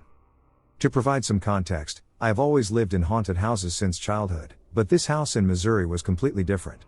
Unlike my previous house in California, where I only heard creepy things like footsteps going up the stairs / in the attic, toys going off by themselves, and voices, as well as seeing things move on their own, I'd never seen a spirit until I moved to rural Missouri. It was in the middle of the day. My best friend Jillian and I were hanging out inside my clubhouse my parents built for me in my backyard. The clubhouse had both a lower deck and an upper deck. The lower deck was smaller and had wooden window shutters you could open from the inside or outside of the clubhouse. While we were inside the lower deck, playing on our 3DSS, Jillian told me she had to run over to feed her cats real quick. She lived next door, so I basically told her to do her thing and I'd be waiting inside the clubhouse. About 3 minutes later, Jillian comes rushing over to the window shutters, opening them from the outside suddenly and frantically. I looked over at her and asked her what she was doing, but there was no response. She just stared at me blankly. Not to mention her face was completely gray. I thought she smeared Halloween makeup on her face or something, so I just told her to come inside. She then slams the shutters closed, and I see through the cracks of the wood her running off behind the clubhouse without a word. I was confused and wasn't sure if she was playing a prank on me or what, but it didn't raise any alarm for me at the time. I opened the front door to peek around to see where she went. She's nowhere in sight. I then look over to her house next door to see her just now coming out of her house. No gray face paint, just her normal looking self. After seeing that, it shook me to my core. I was too scared to be at my clubhouse anymore, so I ended up hanging out at her house instead for the rest of the day. This is the first time I shared this on the web. But I have told this story to my friends and family in person. I was already sure that some things in this world can't be explained with science or calculations. However, this story is one that will remain with me for the rest of my life. I was in a rehab.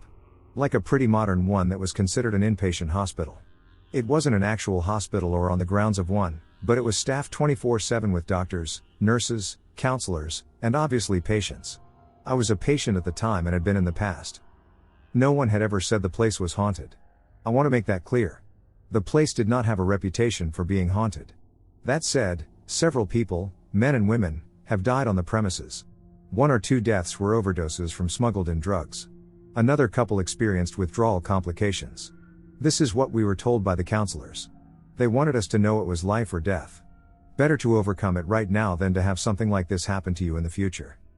At that moment, I was navigating the journey of recovery. And several minor things happened that made me go, However, one night I was completely passed out while sleeping.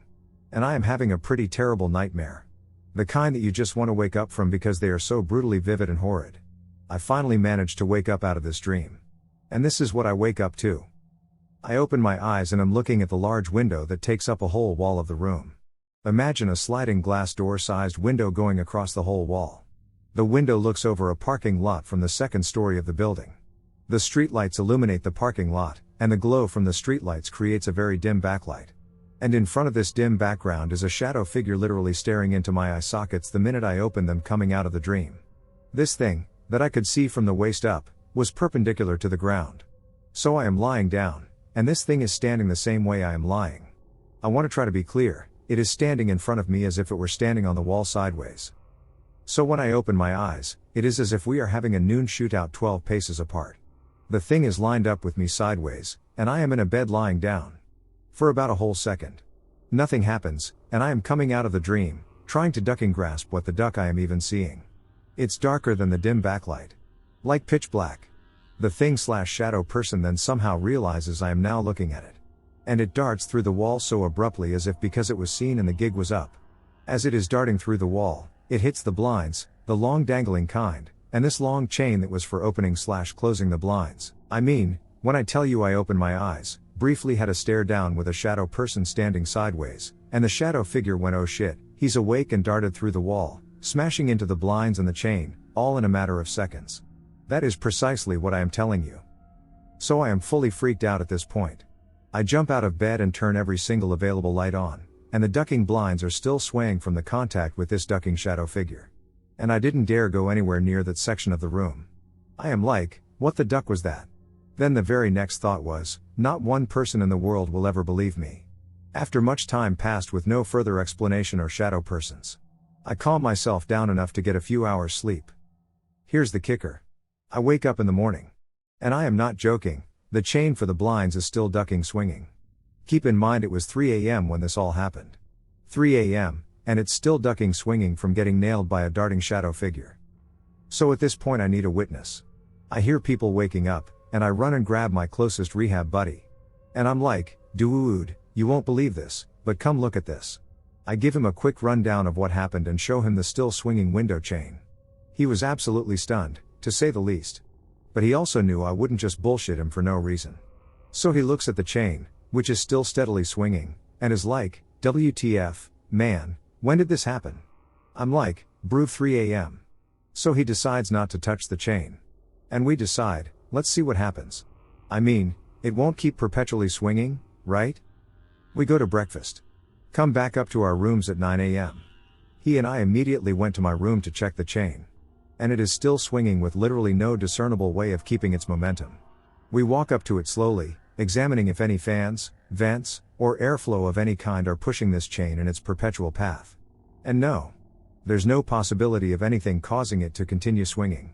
Finally my buddy cracks, very hesitantly he grabs the chain. And it stops. As any good investigator would, he checks it and around it and is like, that is so strange. Let's see if we can get it to do it by ourselves. This began after about 2 hours of swinging the chain ourselves.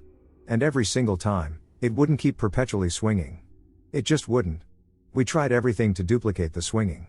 We could not get it to swing for more than 30 seconds before it came to a stop. My friend just looks at me and says, I believe you 100%, nothing else makes sense, you couldn't have done that alone. He and I kept in touch for a while after we graduated from rehab. Always talking about this story. Our only regret was not letting it continually swing. We wonder if it would still be swinging today if we had left it. If anyone knows anything about perpetual motion, it is very difficult to create. In fact, there needs to be an energy source most of the time. The energy source in this case was a sideways standing staring dating shadow figure. Like I said, other things happened, but this was the cake taker. I will forever believe there is more to this world than what we are told.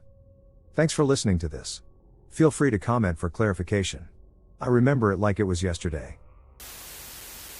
My friends and I used to have a paranormal research group. We had heard stories of an old abandoned graveyard. It was on a hill overlooking the PD River in Mechanicsville, South Carolina. It had been owned by a church that later burned down and was relocated. Most of the graves were sunken, and most of the tombstones were broken or gone outright. They placed a huge group marker with the names of the known burials on it. The story said that it was haunted by the spirit of a young child in antebellum clothes and a black shadow with red eyes, tied to a story about a man who brought his victims to the graveyard because it was so remote to kill them. We were excited to be there. When we arrived, the first thing we noticed was that it was pitch black there. It was so dark you couldn't see your hand in front of your face. It was because the graveyard was so overgrown with forest that it blocked all star and moonlight. It was a hot, muggy night, but when you entered the graveyard, the whole thing was in a massive cold spot.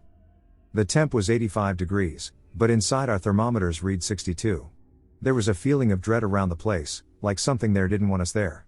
When you entered, the air felt thick as if it were resisting you and pushing you back. Walking became increasingly difficult the further you went in. Finally, we heard a sound resembling something rushing toward us, and we saw what appeared to be a black shadow with red eyes moving in our direction. We ran out of there, and it felt as if the trees were actively opposing us, closing in and gripping our clothes tightly as we tried to escape. We finally made it out, and when we went to leave, one of the car's batteries was dead, though it was only months old, like something had drained it. We called a local tow truck, but the driver refused to go until morning because he said it was evil and haunted at night. We got pictures with so many orbs and shadows. One picture even showed moss that looked like a man shape hanging from a tree. We also got EVPs full of what sounded like angry whispers. We never did go back. Many years ago I used to work the night shift at a hotel in Myrtle Beach, South Carolina. During the season it wasn't so bad, mostly families and stuff. We had on-site security then too. However, in the off-season, the winter months were different. The cheap weekly rates we'd offer attracted many creepy people. The idea was supposed to be to make money in the off-season by renting to what are known as snowbirds. Older retired people who came to the beach for a month or more through the winter. However, the plan did not always succeed as intended. The cheap rates made it possible for a less than desirable element to become long-term residents. I've discovered more than my fair share of meth labs, broken up physical assaults, and more during the winter months. Working third shift, I would meet some interesting people. The cold weather would mean some homeless people would come in and get warm and grab a cup of free coffee. I wasn't supposed to let them, but it's not in me to be cruel. I would let them grab a coffee and get warm for a minute as long as they didn't cause trouble. As you can see, night shift in the winter made for some crazy and sometimes creepy stories. I have a lot, but this one is one that stands out, because it didn't end well for me. I had a great night up to this point. I had gone to an indie wrestling show with my best friend before work. In fact, I had agreed to come in an hour early the next night for the young lady that worked second shift in exchange for her working an hour late for me on this night so I could enjoy the wrestling show. Ironically enough, I met Terry Funk that night, a wrestling legend known for his hardcore and bloody matches. Little did I know I was about to experience this kind of violence for real. I was supposed to be there at midnight due to her working over an hour for me. I normally came in at 11 p.m. I counted the register, and she briefed me on her shift as to what had happened, as usual. As she was leaving, my friend, we will call him Andrew, pulled up. He worked second shift maintenance at this hotel and the other two hotels our company owned. He would regularly stop by after work and go grab us some food, and we would play World of Warcraft on our laptops after eating for a while since business was so slow. He was just getting my money in order for food and getting ready to leave. I was excited telling him about how much fun I had at the wrestling show and was showing him my Terry Funk t-shirt I was so proud of. I was just walking into the back office to put the shirt up when I heard the doorbell indicating a customer had entered. It is true what they say, ask not for whom the bell tolls. It tolls for thee. I had turned around when I heard someone say something loudly, but I still couldn't make out what they had said. I had just reached the doorway when I saw Andrew fall down right in front of me. The next thing I know, a guy walks around the corner and punches me in the head with a short steel pipe in his hand. It staggered me, and I went to one knee. The next thing I know, he hits me in the head with the pipe. The next thing I know, I hear the other guy, who I hadn't noticed until this moment, say he got away and got a cop. They left out the door. I was finally able to get to my feet. I tried to call the police from the phone in the back office, but it was having issues. I slammed it in frustration. I was hurting and scared. I was really freaking out. I realized that they could come back, so I ran and locked the door. I didn't know where Andrew had gone, and that worried me. I called 911 about this time. Blood had started pouring down my head. I told the operator I had been attacked and needed an officer and ambulance. I then called the other hotel we ran to let the night manager named Travis, who was over all three properties, know what had happened. He thought I was messing with him at first, because when we got bored we would prank each other. I finally convinced him I was not joking. He was going to lock up and come down. The cops and ambulance pulled up, and I opened the door. It was at this time I found out after they sucker punched him and knocked him down, Andrew was able to amazingly jump over the desk and escape just as a cop was driving by, whom he ran to flag down for help. I ended up in the hospital ER, where I had to have 10 staples in my scalp, and they gave me morphine for pain. I had no way to get home after being treated, but the doctor and nurses took pity on me and paid for a cab. My plan was to go back to work, because this was December and Christmas was coming. I had 3 kids and needed all the hours I could get. When I got back to the hotel, the IT guy, Ted, was there with his wife, Barbara, who also worked at the front desk. She was shocked to see me. She thought I would still be in the hospital. I thought I had only been hit in the head once after being punched. The video, which Ted was pulling for the police, showed a different story. After I went to one knee, the guy had hit me not just one time, but 10 total times. I kept trying to grab the pipe and get up for some reason. I do not remember that, I guess I was out on my feet. He kept punching me and hitting me with the pipe. Till his friend tells him Andrew got away and then got the cops. The two of them then run out. I was given a room at the other hotel we own, and Ted and Barbara gave me a lift there, as I was in no condition to drive due to the morphine. They also gave me a paid week off to heal. They switched me over to the other hotel on night shift for a month just in case they were after me in particular. We never found out why they chose to attack me. The police thought it might be a failed strong-arm robbery, due to Andrew getting away and me not just going down. It shook me up, though, not knowing. Even though I was at our other hotel when I came back to work the night shift, I was still nervous. Every time the door chimed, I tensed up. I couldn't afford to quit, though, as I said, I had 3 kids I was supporting. They never caught the guys as far as I know. A detective stopped by about 2 months later when I was working second. He showed me several mug shots and asked me if any of them looked familiar. I never got a great look at them, as it all happened so fast. I had seen the video, but it was not of the best quality. Even so, 2 of them looked very familiar, like them. I pointed them out, and he asked me how sure I was. I told him honestly, like 85%.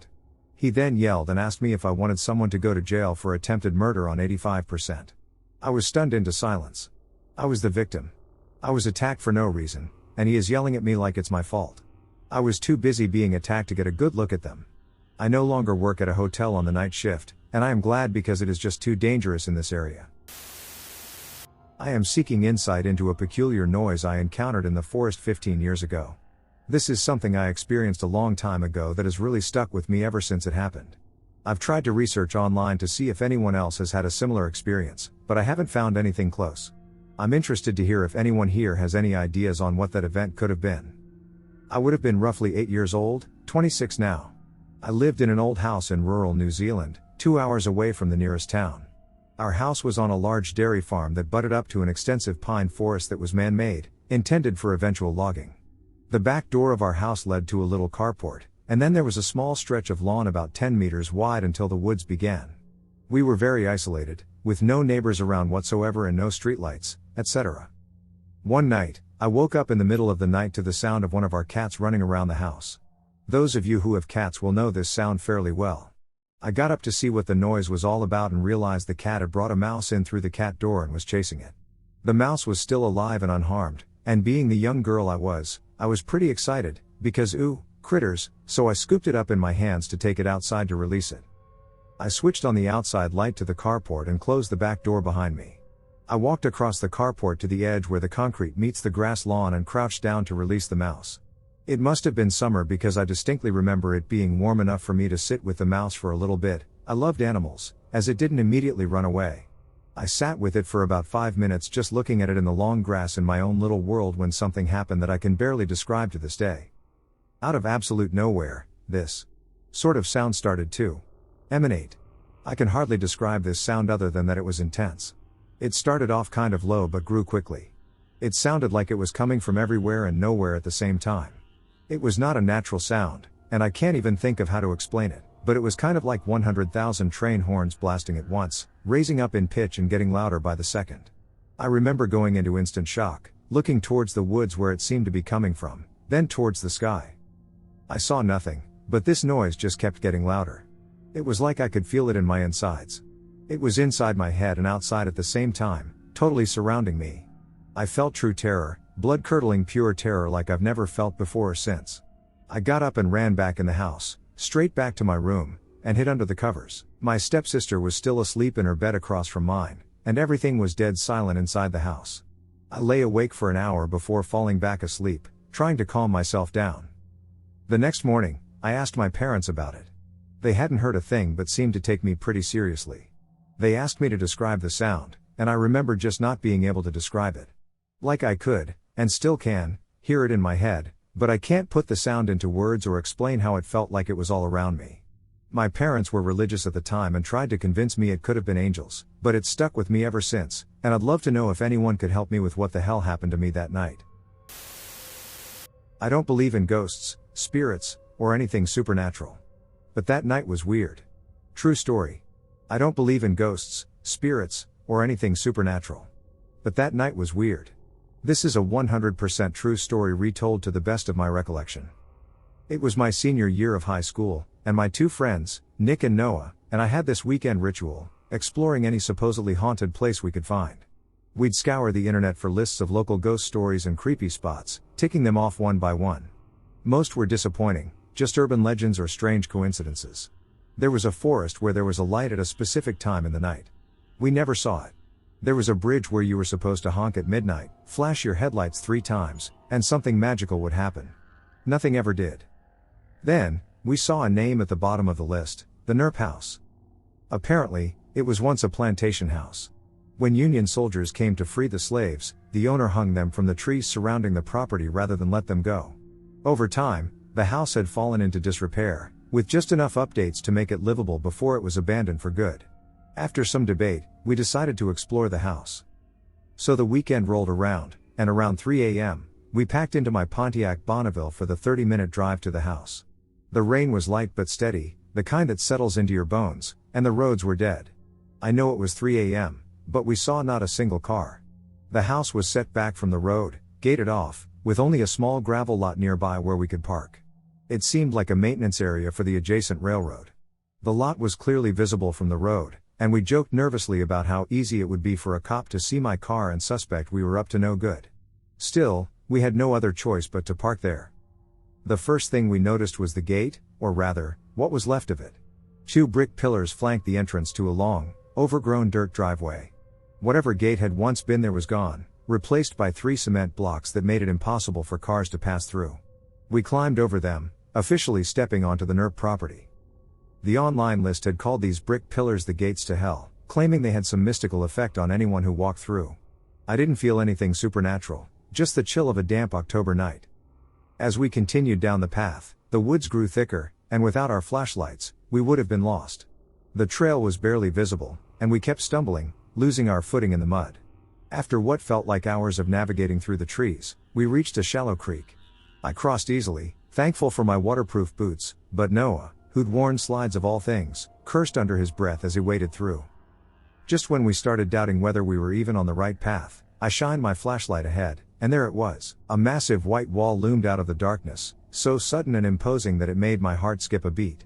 The house seemed to have materialized out of nowhere, its decrepit form nearly swallowed by the overgrowth. The roof had partially collapsed, scattering debris across the yard, and part of the basement wall had caved in, exposing its insides. A rusty air vent dangled precariously from the basement ceiling, creaking in the wind. We approached the house cautiously, circling around the side in search of the front door. The property was so overgrown that we felt like we were trekking through a forest, vines and thorns tugging at our clothes.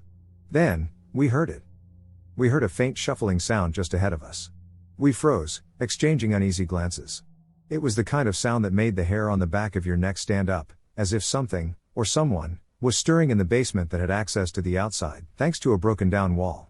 My first thought was that a homeless person had taken up residence in the house, and we were about to trespass on their territory.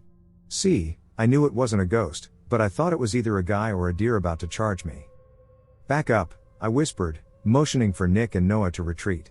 We all backed a few feet, then stood still, straining our ears, and the shuffling sound grew louder. The wind had died completely, and yet, the noise continued. "Is that somebody? Or an animal?"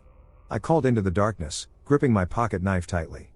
In retrospect, it was a dumb question. I mean, what was I expecting? An animal to answer, "Hey, yeah, I'm just a raccoon?" Still, the tension was palpable, and I wasn't taking any chances.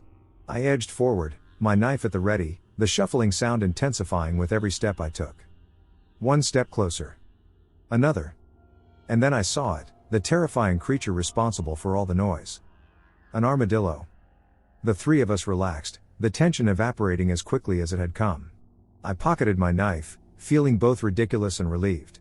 We inspected the little fella just minding its business and decided to leave it be and not explore the basement.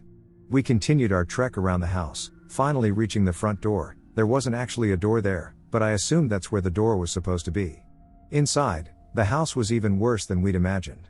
The floors were covered in shattered glass, and the walls were battered as if someone had gone at them with a sledgehammer.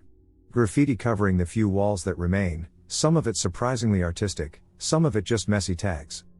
The layout was straightforward, 4 rooms on the bottom floor and 4 on the top. The 4th room on the bottom floor was completely caved in. The floor had collapsed, creating a hole that led straight down into the basement. The floor above was in nearly as bad a shape as the one below, so we decided to steer clear of that area and head upstairs instead. We passed the stairs leading to the basement. Well, I guess they weren't stairs, as there were none, just a sheer drop. I was relieved I had my flashlight. Without it, I might have missed the 9-foot drop onto the rubble and concrete below. The stairs up were steep and creaky, their worn carpet treads barely clinging on. Upstairs, the back left room contained remnants from previous explorers, a grill and a few beer cans. I guess the people before us were much less creeped out than we were. Eventually, we finally reached the master bedroom, essentially 2 rooms without a separating wall. The room was empty, covered in graffiti, and still without any furniture. At this point, no ghosts had shown themselves, so we decided to bring out the big guns, a Ouija board. Nick had brought it along, and we set it up in the middle of the room. I placed my phone leaning on the support pillar in the middle of the room, providing light and filming the session. We gathered around the board, placed our hands on the planchette, the Ouija triangle thing, and began the ritual. The first question we asked was, "Is anyone there?" To our shock, the planchette began moving. We were all adamant we weren't moving it. I still talk to Nick all the time, and he still promises that he was not moving it. And Noah also promises it wasn't in the last times we talked about it. The answers it spelled out were nonsensical, random letters and numbers that didn't make any sense. We kept asking questions, and we would keep getting random letters as answers. We were about to call it quits. Then Noah decided to ask, "Are you the owner, or are you a slut?" Before he could even finish his question, the light from my phone abruptly shut off, plunging us into darkness. It took a moment for me to switch on my other light, and when I checked my phone, I found that the battery was completely dead. I had charged it fully before we left, so I still don't know how it happened. We sat there, feelings of fear and confusion fighting for power. Breaking the silence, Noah suggested that maybe supernatural entities feed off electrical power. It really didn't make us feel any better, and I didn't buy into that anyway. After the Ouija board and the unsettling phone blackout, we decided it was best to cut our exploration short. I didn't want to risk having my car spotted by the police, so we quickly packed up our things and made our way back downstairs. As we passed the gaping hole leading to the basement, the graffiti, and the destroyed walls, the cold autumn rain hit us again as we stepped outside. We made our way back to the rear of the house, glancing back at our armadillo friend, who seemed to have found shelter from the rain among the remains of the basement. As we made our way through the trashed rear of the house, the silence was suddenly shattered by the roar of an engine.